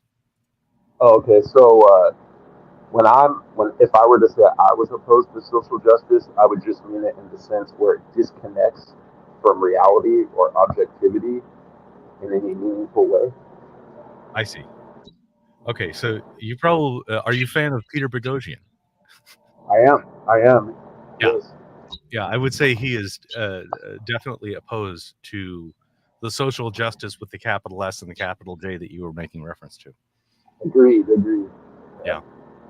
Or conceptual. What's his name? James Lindsay, his partner. That's another Yes. guy. Yes. James Lindsay and Helen Pluckrose. Correct. I'm big fans of them, and I disagree with them a lot. Same. Likewise. Yeah. Yeah, it's interesting. I'm honestly surprised that, I mean, I don't know these people, but like Matt Dillahunty and I've never actually met Anthony Mato, I'm surprised that they could exist in the same room. Yeah. But they seem like good buddies, so. Yep. So, Tyler, I'm getting feedback from the audience that they can barely understand you. I'm trying to. Let me try and take these AirPods out. And no problem. Thank you. Thank you for calling in. Do you have any last words for us? I have somebody else in the stream. Somebody else. No, I appreciate it. Thank you. Thank you, Tyler. Call again. Have a good day, Tyler. Hello, Atangelo. Yes, hello, guys. Good to speak with you. Angelo. I have not communicated face to face with you in like a year. It's good to see you again. Okay. I never have, but I remember you from a club room chat. Or what is it? Clubhouse? Clubhouse, right? Yeah. Yeah, and we've also spoken extensively on Discord and on Pike, and I've heard you a lot on Pine Creek's channel and other things. Good to hear from you. Cool. Yeah. Yeah. Yeah. So I guess you are all atheists. Is that correct? I'm atheist. Quayd is atheist. CK, I haven't asked you. I think so. Okay. Right. So my standard question to atheists is always how you guys explain our existence without a creator. And what I commonly see is that atheists, they have a very high level of scrutiny and skepticism towards the existence of a creator, but they take by default that the proposition that there is no God or that the natural world is self-sustaining or all there is, they take that as a default position without usually not giving much thought about that proposition. So I always ask, well, if you want to justify your worldview without a creator, rather than just trying to poke holes and put criticism on a theist position, you need to have a well-substantiated justification how we can exist without a creator that actually tops an intelligent creator as a mechanism and which has more explanatory power than a creator. Okay. And I've never seen any atheist providing such an explanation. So I'm having just a little bit of trouble hearing Otangelo. Let me see if I can read back what Otangelo said. I'm going to try to shorten it and say that atheists in general apparently use the default position is like naturalism or materialism, and that God does not exist. And you think that an atheist really should, in order to hold that position, think of positive examples that would show that position to be more likely than that of a creator. And perhaps the alternative to materialism, would it be idealism or dualism? Do you know what I mean? Am I throwing jargon in? Well, I make the dichotomy either there is an intelligent, eternal, powerful creator or not. Okay, so we don't need to concern ourselves with whether it's all from the mind or whether there's material and another substance or other such thing. We can ignore that and just say that I think the very important distinction is the default is that a creator did it. Yeah, I think the very important distinction is in one bucket there is intelligence and in the other is not.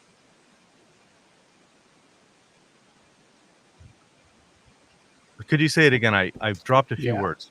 I'm still not hearing it. Do you guys hear me well, or should I try to change my settings on the microphone? If you can change your settings, it would be easier. I'm hearing a lot of the room.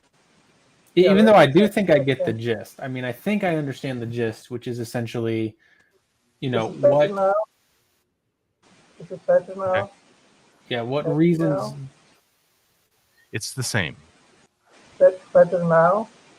Some. That's better, yeah. Yep. Okay. But I think the idea here is essentially, what reasons do we have that we think justifies atheism over the position of having a belief in a creator? That's essentially the idea. When you say atheism, you know that there are two groups. Some, they are weak atheists. They simply confess disbelief in God, and others, and they take a strong position and say, I positively believe that there is no creator. And you can also take both positions as well.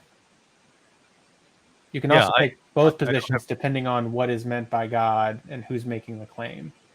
Yeah, I cannot positively claim that I know a creator does not exist. I only held that position for a short while during my angry atheist phase, and at this point, I am firmly agnostic on the question, though I don't see any positive evidence.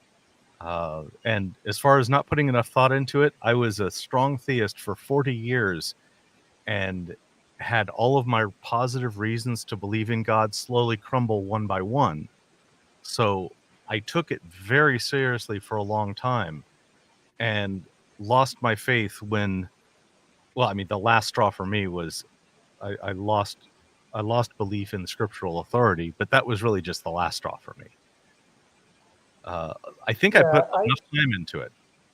I mean, I put two legs to sustain my theism. One is natural theology, is teleological arguments, and the other is scripture, is the Bible.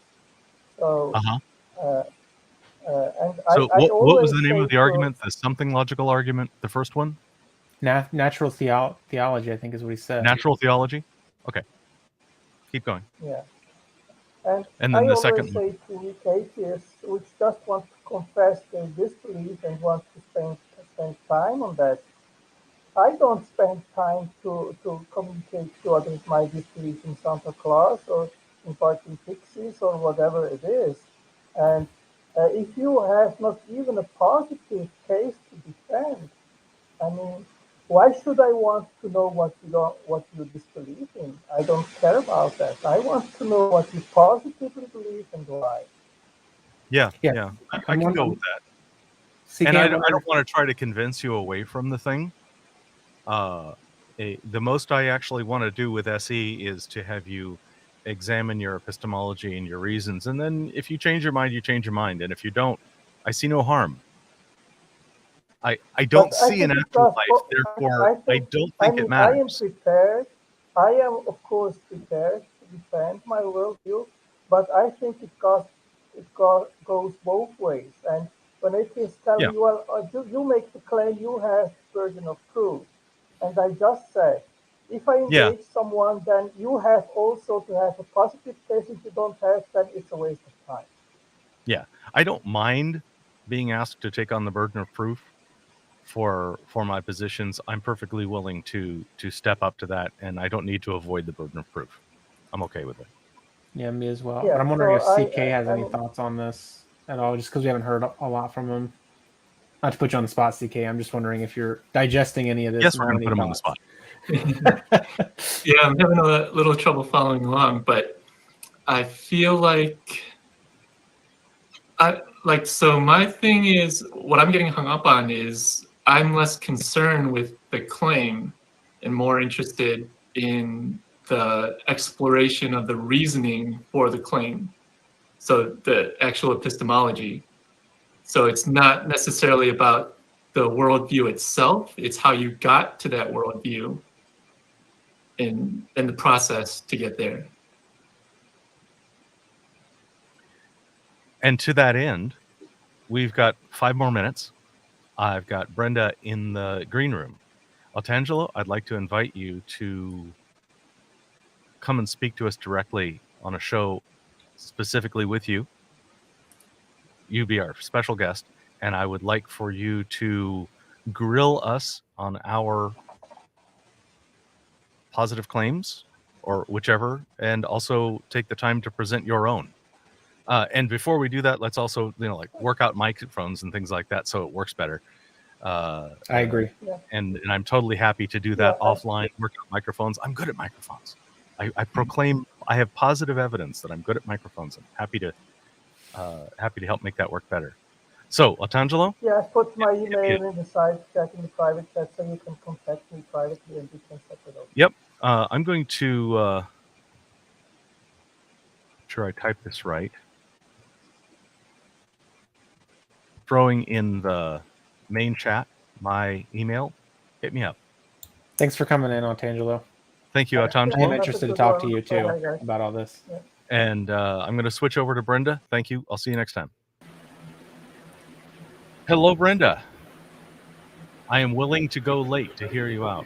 Good afternoon. Good afternoon. Is my audio okay? Your audio sounds good. Much better than Altangelo's. But that's not a perfect opinion. That's just well, don't feel bad. We're good. That is objective proof that I'm better than Altangelo. Okay. So I'm going to take it in a completely different direction. Please. Right. So some people know me. I am 65 years old. I am live on Social Security. I am transgender. Have been since 1993.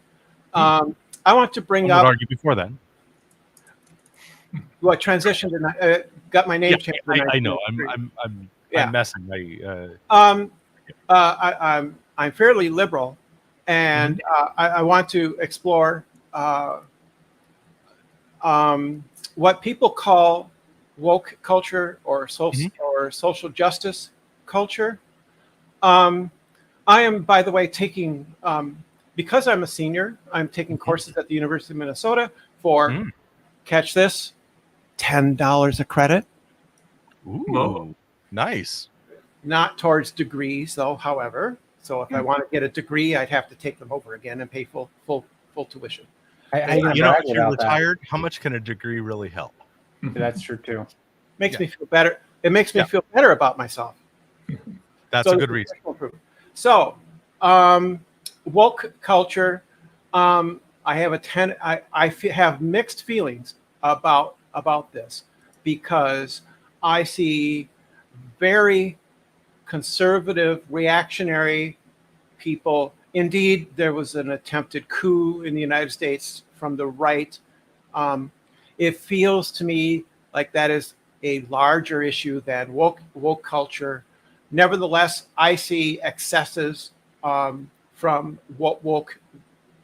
the far left, what I would call the far left. I'm a political liberal. I'm a Democrat.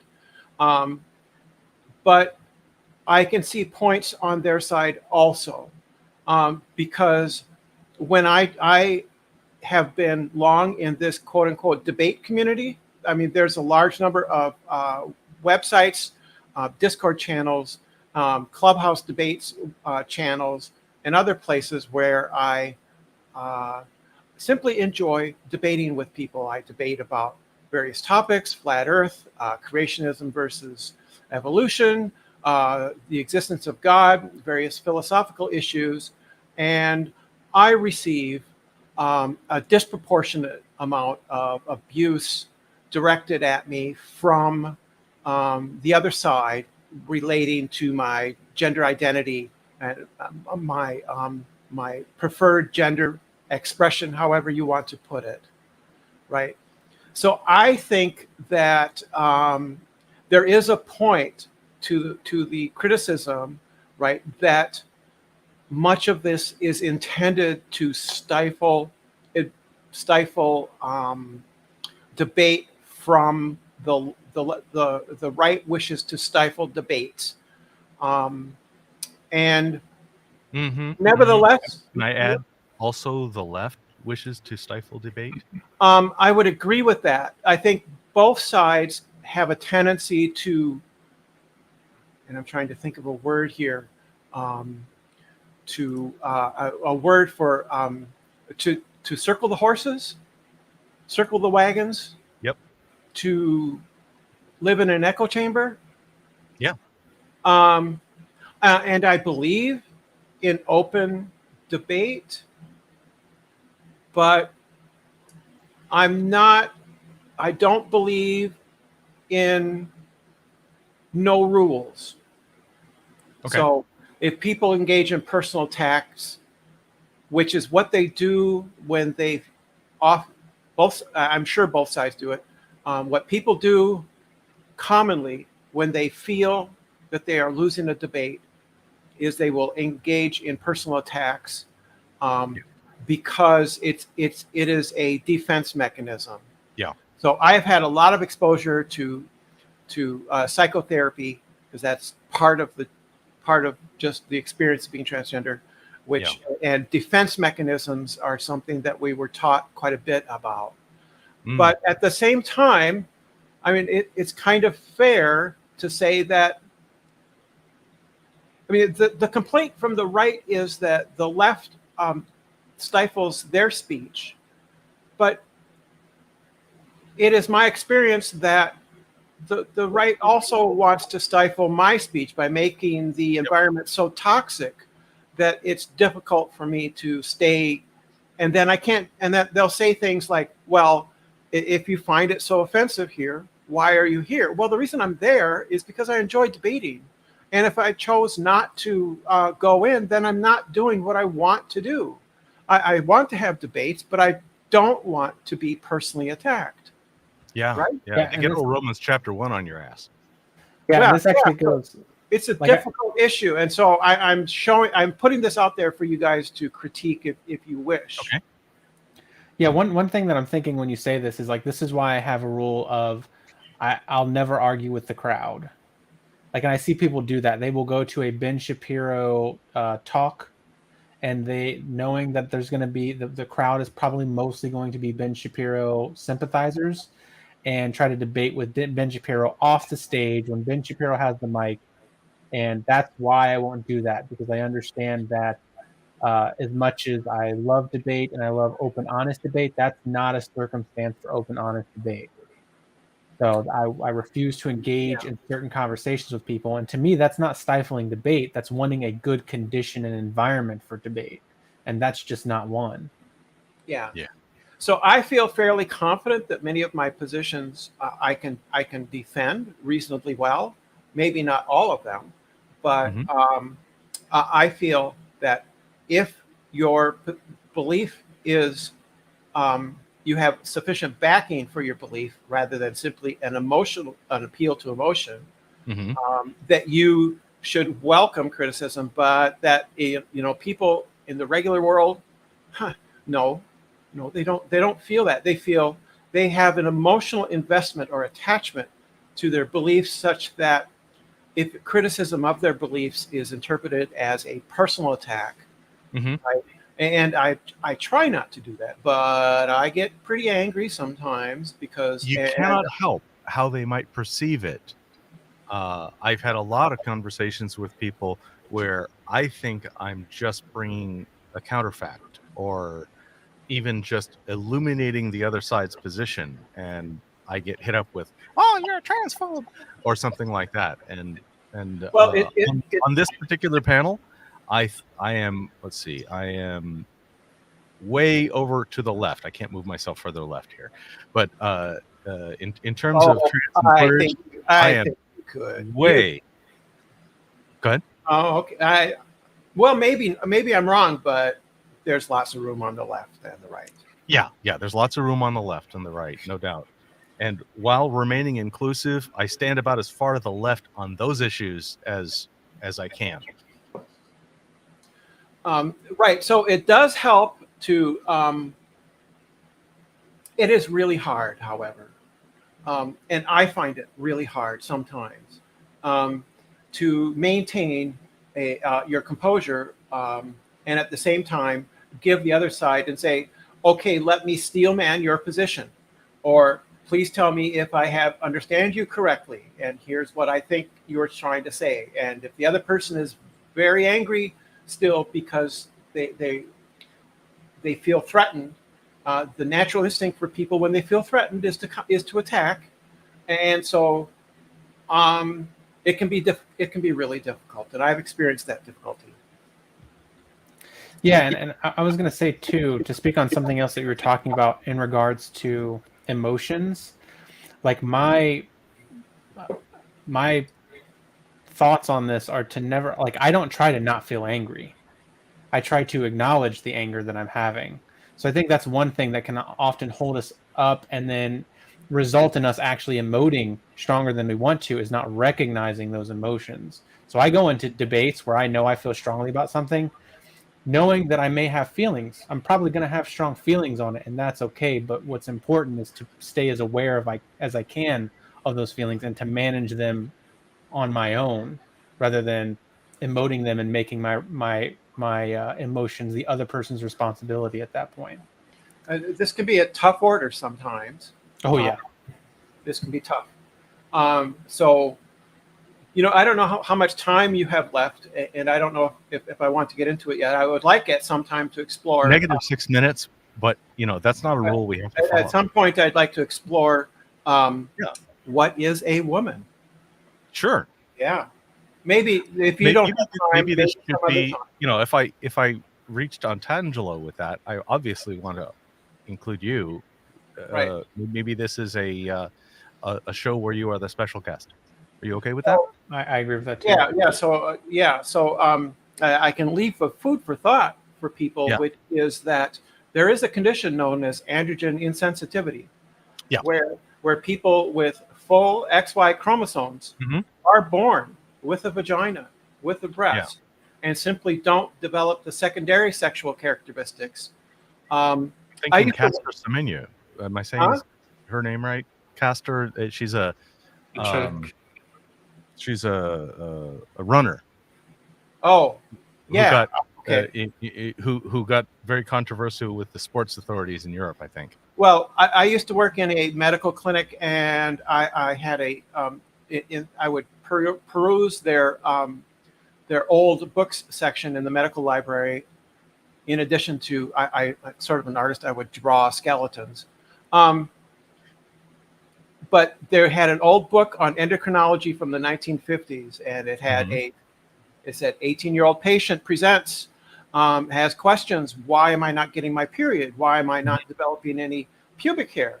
All her life, she's known herself to be a woman and a young girl. And the report comes back. It says she's XY. She has undescended testicles, which need to be removed because there's a chance of cancer. Oh, ouch! You have to remove because your testes, they descend, and that's that's a big event in the development of the fetus. Yeah, and so that had to be removed because there's a chance that they can become infected and go to sepsis. And it presents a life, but the thought experiment is she a woman? Well, she's lived 18 years of her life as a woman. She has no other experience. She's raised that way. She presents as about as female as you can get. Yeah. With the exception, she doesn't have a uterus, but she does even have a vaginal canal. It's used typically short, but nevertheless has those things, and will need to take hormones to help develop some secondary sexual characteristics, which is typically pubic hair and some other things. But I would argue that is no different than any transsexual who has fully transitioned, right, and feels strongly that they are a woman. I think that they are legitimate in calling themselves a woman. I always refer to myself as transgender, and I always have I'm always extremely careful and considerate around cisgendered women to watch boundaries. You know what I mean by that? Which is you're concerned that cis women may have boundaries that would include or exclude you? Yeah. Yeah. So I try to respect those. Yeah, I do. I'm annoyed at single gendered spaces in general. I find men only clubs to be annoying. I don't want to support that. Yeah, I question things like that myself too. I wonder how helpful or needed they are. And I'm closer to Dali on this too, in terms of being pretty far left on this issue. Sports is something that I used to have a very strong opinion about. That my mind has changed on that recently, but it doesn't come down about sports, because I'll tell you my position. My position is different from most people in the transgender community, which is that I think if you've had the surgery, if you've had gender HRT since a young age, right, then you could participate in sports at a professional level. I think if you transition at an adult stage, like 30 years old, I'm thinking probably not, because I think there's a biomechanical advantage that the male skeleton has. I've heard that. Well, I could say that, but there's some women with pretty narrow hip. It's the angle of the hips that gives you a biomechanical advantage in certain sports. And maybe the deep third layer muscle. Yeah. What? On this one, because I have so little, how do I say? I have so little personal lived experience, might be the right term, that I co-opt my opinion on the transgender with sports to my favorite transgender representative, Jamie Higginbotham. And I let her inform my opinion. And she's very scientific and engineering-y, and she has convinced me. And it turns out I'm completely aligned with what you just said. Yeah, one thing I will say though is for amateur sports, I mean, if you're getting together, I mean, because I had this experience because I came out in the 90s and was associated with my local gay community, and they would have football. I mean, softball was a big thing, and the lesbians and other women in our local gay community were concerned about that until they actually saw us transgenders compete in softball, and it turns out we suck. Yeah, you also have to. Yeah, I would also have to have some conversation about like how much I care about sports in the first place is also like on my mind in the discussion too. But I'm wondering if CK has anything to say. Somebody pointed out that they haven't heard from him yet on it. So yeah, I wonder what you guys would think about. So I think one of the biggest conflicts is separating men and women's sports. So I'm wondering what you guys would think about having no gender delineation. Like it's just one group and you do divisions by skill level. I mean, in a free society, right? Especially in a free capitalist society, shouldn't people be able to create that sport? Yeah. That's a question. I'm not saying they should. The notion of a category and then any other subcategories that people would like to form in order to create competitive whatever dynamics. I don't know anything about some of that because I don't know how female, take for instance MMA fighting. I don't know how you compare like the best female MMA with the male in her weight class. But of course, fighting and boxing, they have weight classes. But I don't know if, in addition to that, having a female skeletal configuration makes a difference, because some of those female MMA fighters look pretty buff to me. Yeah, it does make some, like I watch, that's the only sport that I'm even like mildly interested in, and I don't even watch it that much. But there is a strong example, and I can't remember what her name is, but her last name is Fox, and she's often used it as an example for why transgender females shouldn't be able to compete in female MMA. But she's not like the champion or anything. Like, she's not dominant in the sport at all. So that is interesting to me that she's often used. People are usually just like, doesn't she look manly? And you don't want to see somebody who looks like a man beat up females, and that's just wrong. And it's very instinctual and emotional. And in terms of the actual figures, she doesn't like dominate the sport at all. She doesn't seem to have an extra advantage over any of her peers. To bring in a new sport, I hail from Minnesota, but to the south of us, we have Iowa. And Iowa, for many years, I don't know if they still do, had Iowa rules or special rules for women's basketball, right? You only play half a court. Are you aware of this?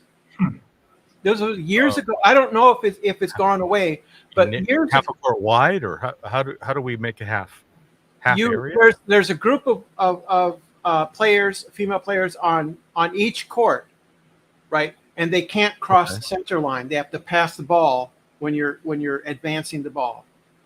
Okay, so side to side half, and there's a line in the middle, and each you don't, their own side. Right. Okay.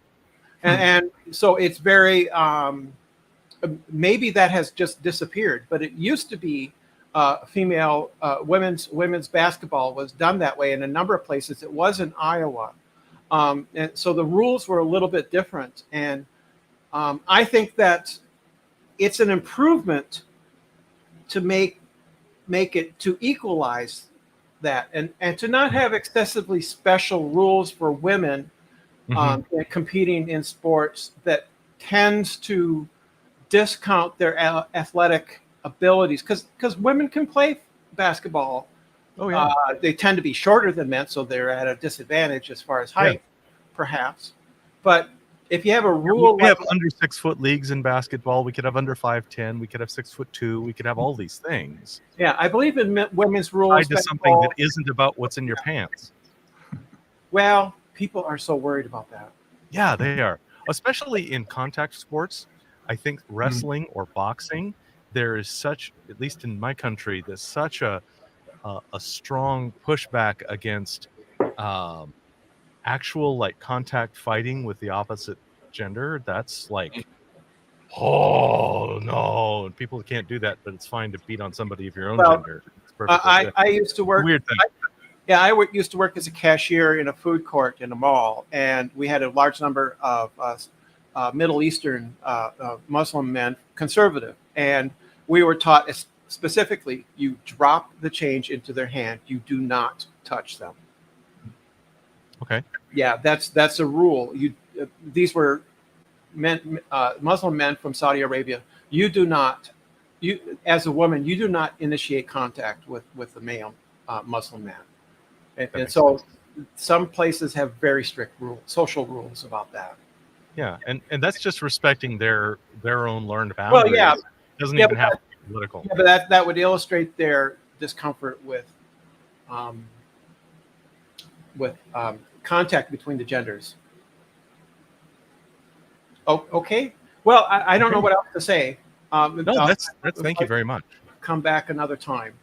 Indeed, and hit me up if you are interested in having a structured show where you are the principal guest. Oh, okay. So that'd be good. I can figure out your email from the. Yes, it's jugglinglessons@gmail.com. I'll just put it again. Okay. All right. Thank you, Brenda. Yeah, thank you. Yeah, thanks. It's a super fascinating topic. All right. Thank you. And with that, we're 20 minutes over. That feels fine. It's not like Tuesday that went 100 minutes over. Holy crap. Sorry, CK. I don't know if you had other stuff going on. If you were expecting to go. This was a blast. Thank you. So our next show is Tuesday, 7 p.m. Pacific, 10 p.m. Eastern, dark 30 in Europe, but maybe okay for Australia, whatever it is. Tuesday is our next show on the Street Epistemology channel, and when we arrange a show with Otangelo and a show with Brenda, that might be on this channel, that might be on my channel, it'll be on YouTube, and and it'll be easy enough to work out. Thank you all. And any sign outs from Quayd or CK? I'm wondering if CK, if you have anything you want to like pitch or anything that you're involved with that you want to share. Yeah, if people want to check out my personal website, it's at ckdisco.com. Same handle on Twitter.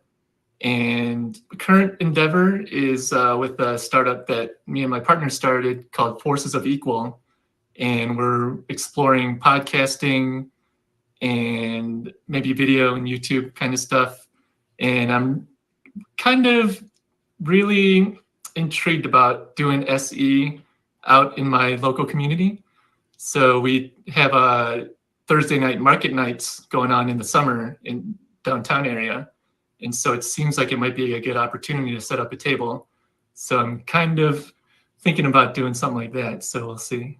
We need to get you involved in the creator meetings. We have creator meetings. Yeah. So. Cool. We need to get you in touch with Mark Solomon. Okay. And just hit me up on the back channel. I'll make sure to connect you all to Mark.